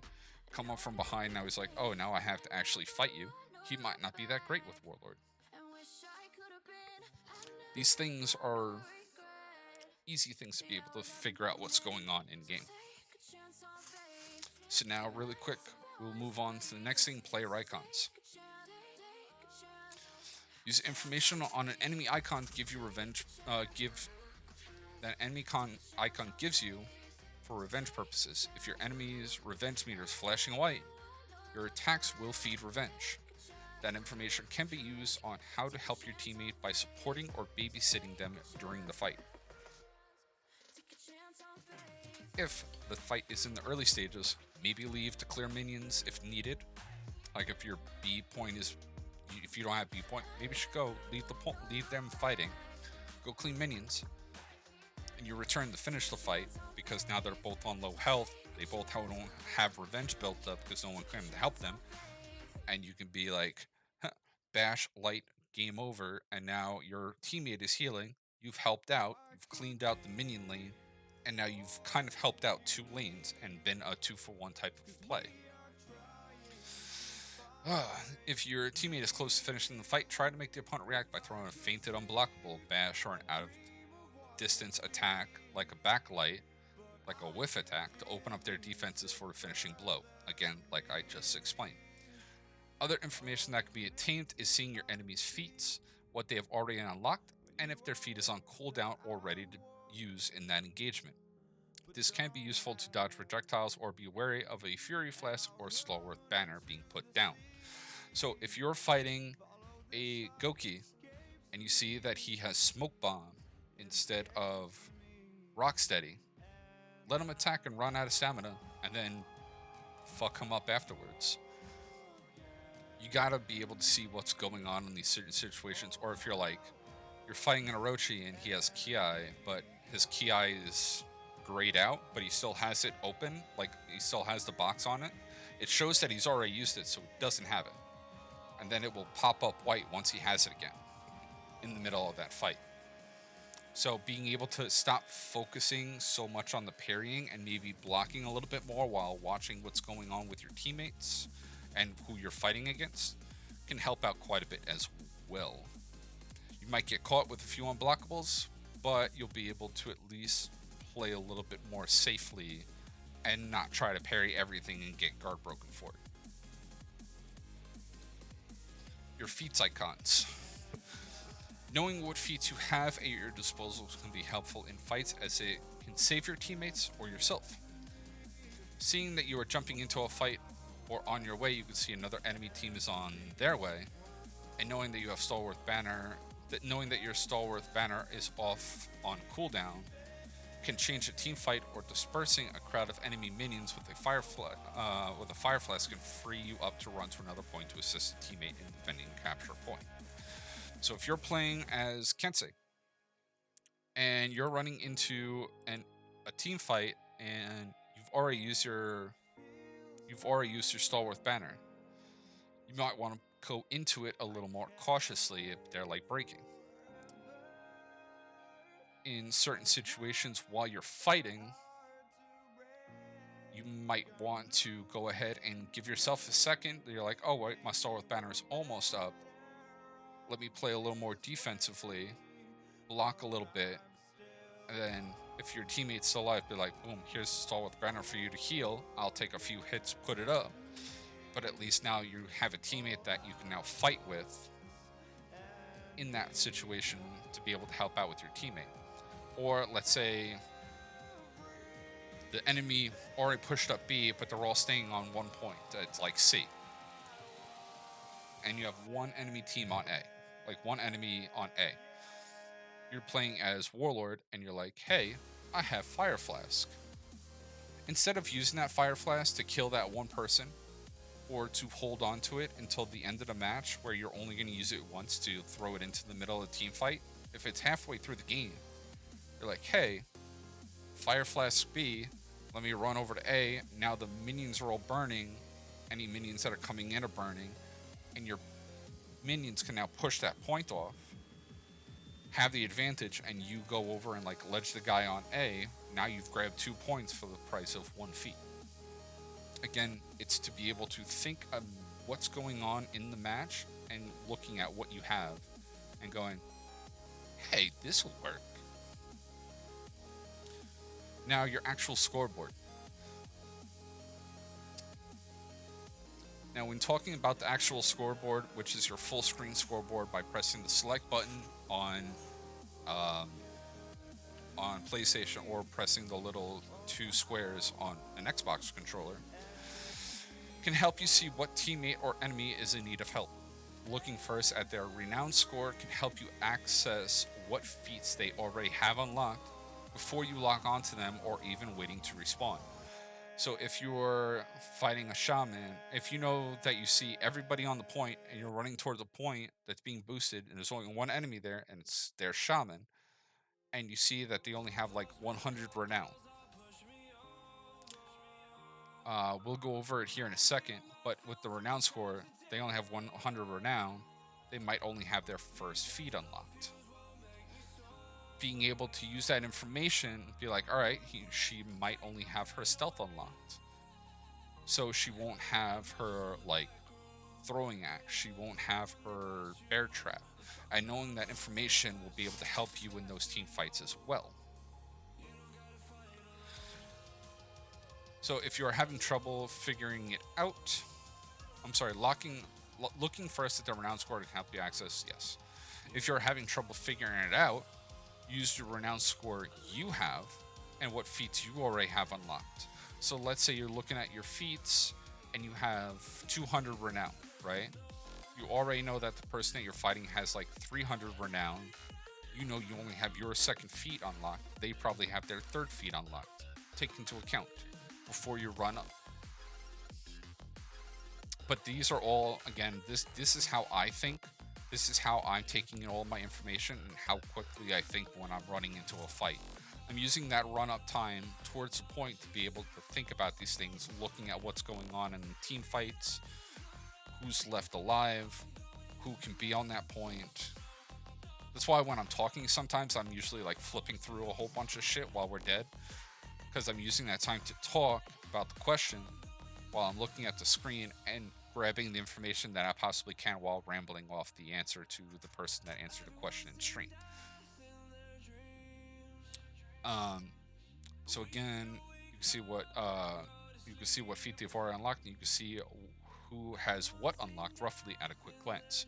Also, if teammates having a bad game, like let's say they're 0-5, you can see what assistance they need to help them earn renown.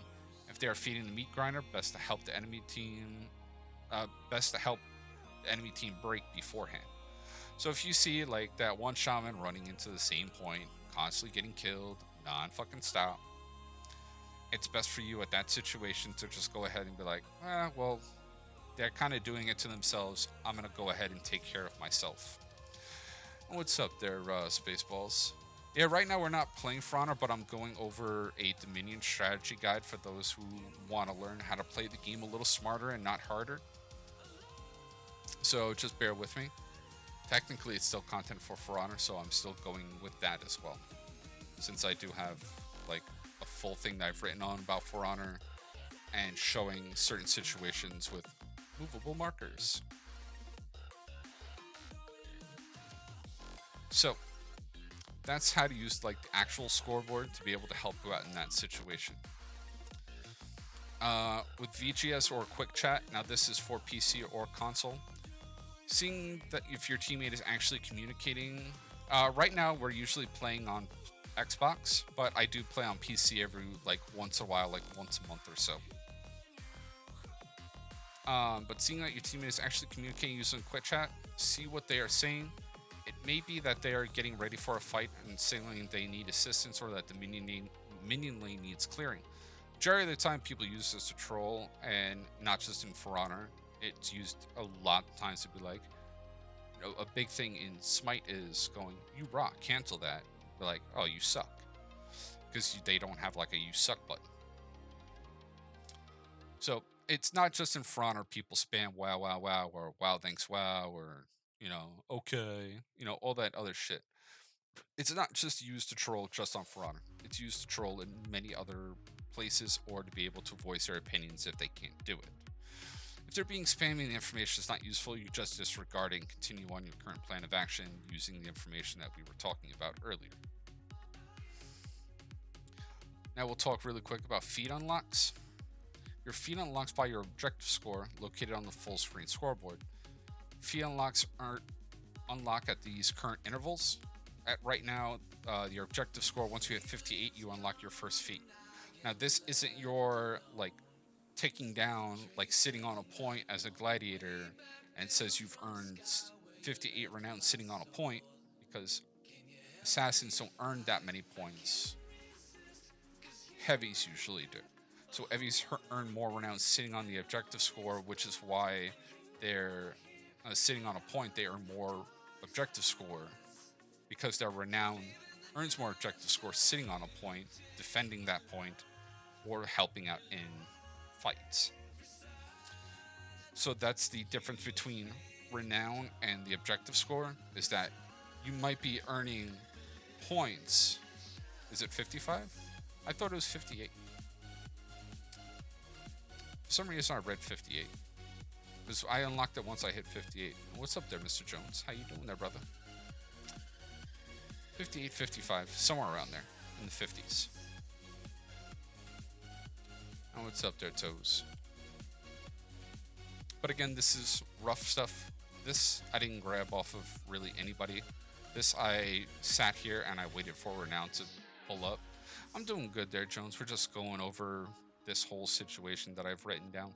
So I've written like a 20k character fucking essay on how to play Dominion smarter, not harder. And I hope everything is going well. So, we're going to talk really quick about choosing characters in solo queues. Pub says 55s, the other 3 are accurate. Maybe I fucked that up just a little bit. Maybe that was a typo. Maybe. I don't remember. So this is to like maybe decide that you want to pick a certain character in solo queue, or if you want to like what I do. Like if you ever play again like Smite or Paladins and you're looking at enemy team, like looking at your team pick characters, you might play better with a balanced team, like having, if you see 3 people, like 2 people play an assassin and 1 hybrid, and all the characters do not play very well clearing out minions, you might want to pick a Vanguard to clear out the minions. Again, it's here. If you're looking to pick a character to help out your team, look at what your team picked. It can help out if you choose to pick a character that can help out others. For example, if your team picks a Rochi, Shinobi, and a Warlord, help pick out a character with a good minion clear, since they all suck at minion clear. Warlord is heavy that can stall and hold points. Rochi and Shinobi can have it tough unless they stick to each other and or the Warlord. So you can deduce that they will stick together. So having someone that can clear minions easy could be a big help to the team. Again, looking at what certain people are playing, you can kind of decide, like you can kind of see on how the fight is going to go. If you don't know the team, you can kind of go, this team's really going to need help for a Vanguard. So the best pick would be a Vanguard to help out, clear out those minion lanes like Kensei, Raider, Tiandi. But seeing what your team has picked and picking to help out that team can be big, especially when jumping into a match already in progress. That also helps very big when you're picking in solo queue, like you're jumping into a match, you see that this is the team that you're working with. You might want to play Shaman, but it might not help out that team playing a Rochi, Shinobi, and a Warlord. It could help out playing a Vanguard, be able to clear out that minion lane, help out that little bit. And Warlord could be good in that team as well. Get the same renown from minion kill. Yeah, but when they earn renown, you still are getting more points per minion kill for your feats as an objective score as a Vanguard than any other class. It's not much, but there is a decent amount of renown, as if you're cleaning renown up as a Vanguard, you earn a little bit more renown for each minion cleared.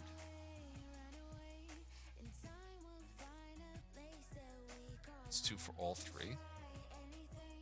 Well, it's one for assassins, but I think it's like 2 point something for Vanguards, and then everyone else gets like 2. That's what it should be, exactly. Because that's exactly what it's written down when they're talking about like each class. There, Jones? So yes. Again, here as well, written, there it is. You earn more rounds by unlocking feats by fighting in outnumbered fights, controlling objectives, and clearing enemy soldiers. That's what the Vanguards usually earn more renown to unlock their feats by doing.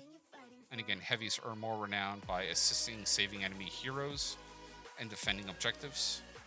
Assassins earn more by defeating enemy heroes, winning 1v1s, and getting kill streaks. And mixture of the two classes in hybrid because they have their renown balanced across all activities. That's literally what's in game. There, Jones. That's why I put that in there. But that's literally like the very end of what's going on with our presentation of this whole gigantic fucking thing that I wrote.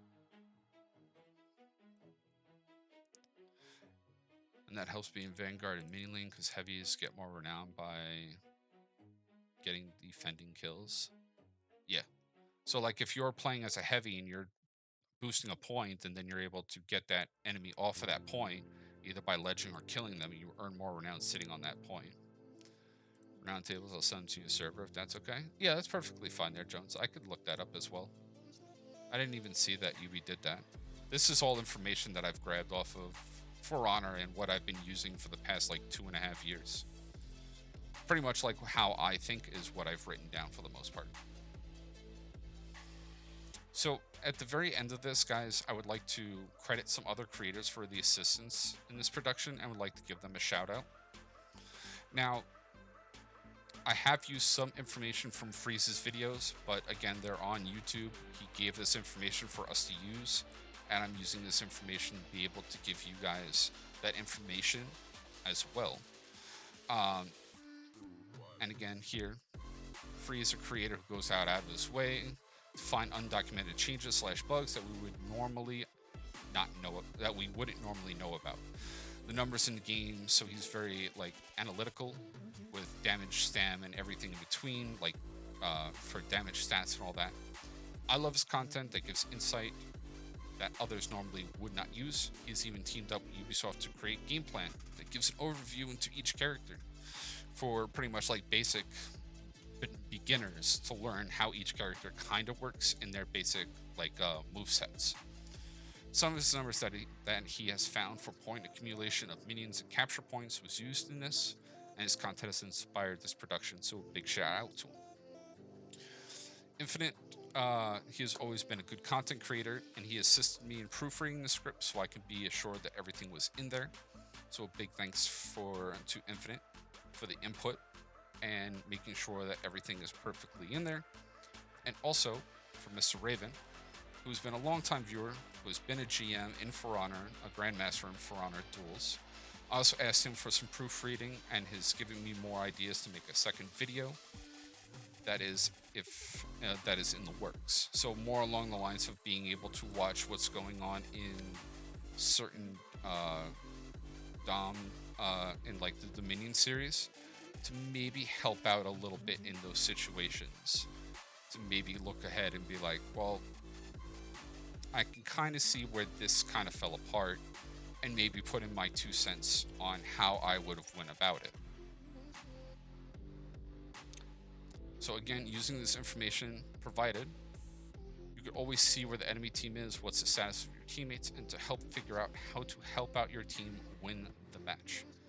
If you don't remember all this, practice does make purpose, and it will become second nature. And there's a little portion at the end that I kind of like rant on. We don't have to see that though. But that's literally the basics of this entire situation.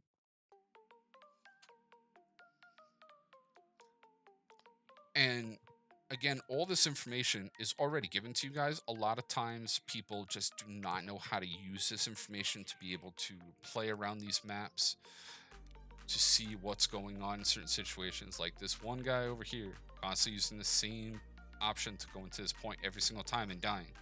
Maybe use the ladder, maybe crawl up the backside to come up here because they're all just sitting here waiting for this one guy to climb up.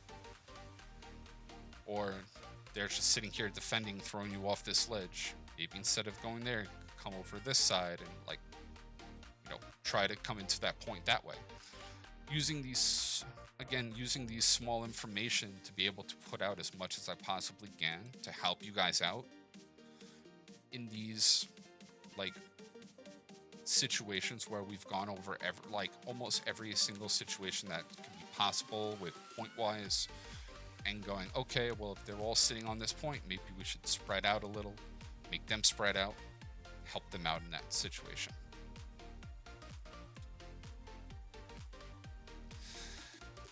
But that's pretty much like the entire presentation of what I've said about talking about all these maps, learning about like maybe going different directions on different maps. That's why they've made all these different access points to the map and not made it one single lane where you kind of like make this giant like death train. We went over how the HUD works, so you can kind of see what's going on in game as you're fighting, to kind of see what's happening in the team fight. It helps out quite a bit when you're sitting just on a point not doing anything. Seeing that there's these linear maps where you usually have like a point closest to your spawn, which everyone calls like their home point. Other maps like this where it's kind of evenly spread out like it is in Shard. But these small little things that could help you out quite a bit, understand different strategies, how to be able to split up these death balls and stop crying about all these little fucking death balls and then being, oh, this game is so fucking garbage, when it's literally like just have to apply just a little bit of critical thinking to maybe go, you know what, maybe I shouldn't walk into that group of 4 fucking people. Maybe I shouldn't keep going to the same point. Maybe I can go to this other point. I could do a little better in their scheme. But just those little bit of just oomph to be able to spread out that extra bit of, you know, maybe getting the enemy team to break it. Maybe your team clicks at that very last second and you get that last minute like, oh my god, I can't believe we just won that kind of deal. We had one of those games earlier where we were down like 200 points the entire day, like the entire game. We ended up coming back and winning that game. All by cleaning out the minion lane and having one person look like it finally clicked, go grab the other point, and oh, now they're all breaking. And we could all run to that point and end up getting the kills for the win. Simple as that. And again, in that situation, you don't need to have comms. You don't need to be, you know, figuring out how this gank works and how that gank works. Yes, it can help, but if you don't know the basics of understanding what's going on in the game, and you're just saying, oh, buff my character because I don't want to think, it's not going to help the game. It's not going to help you become a better player. It's not going to give you, you know, a smile on your face.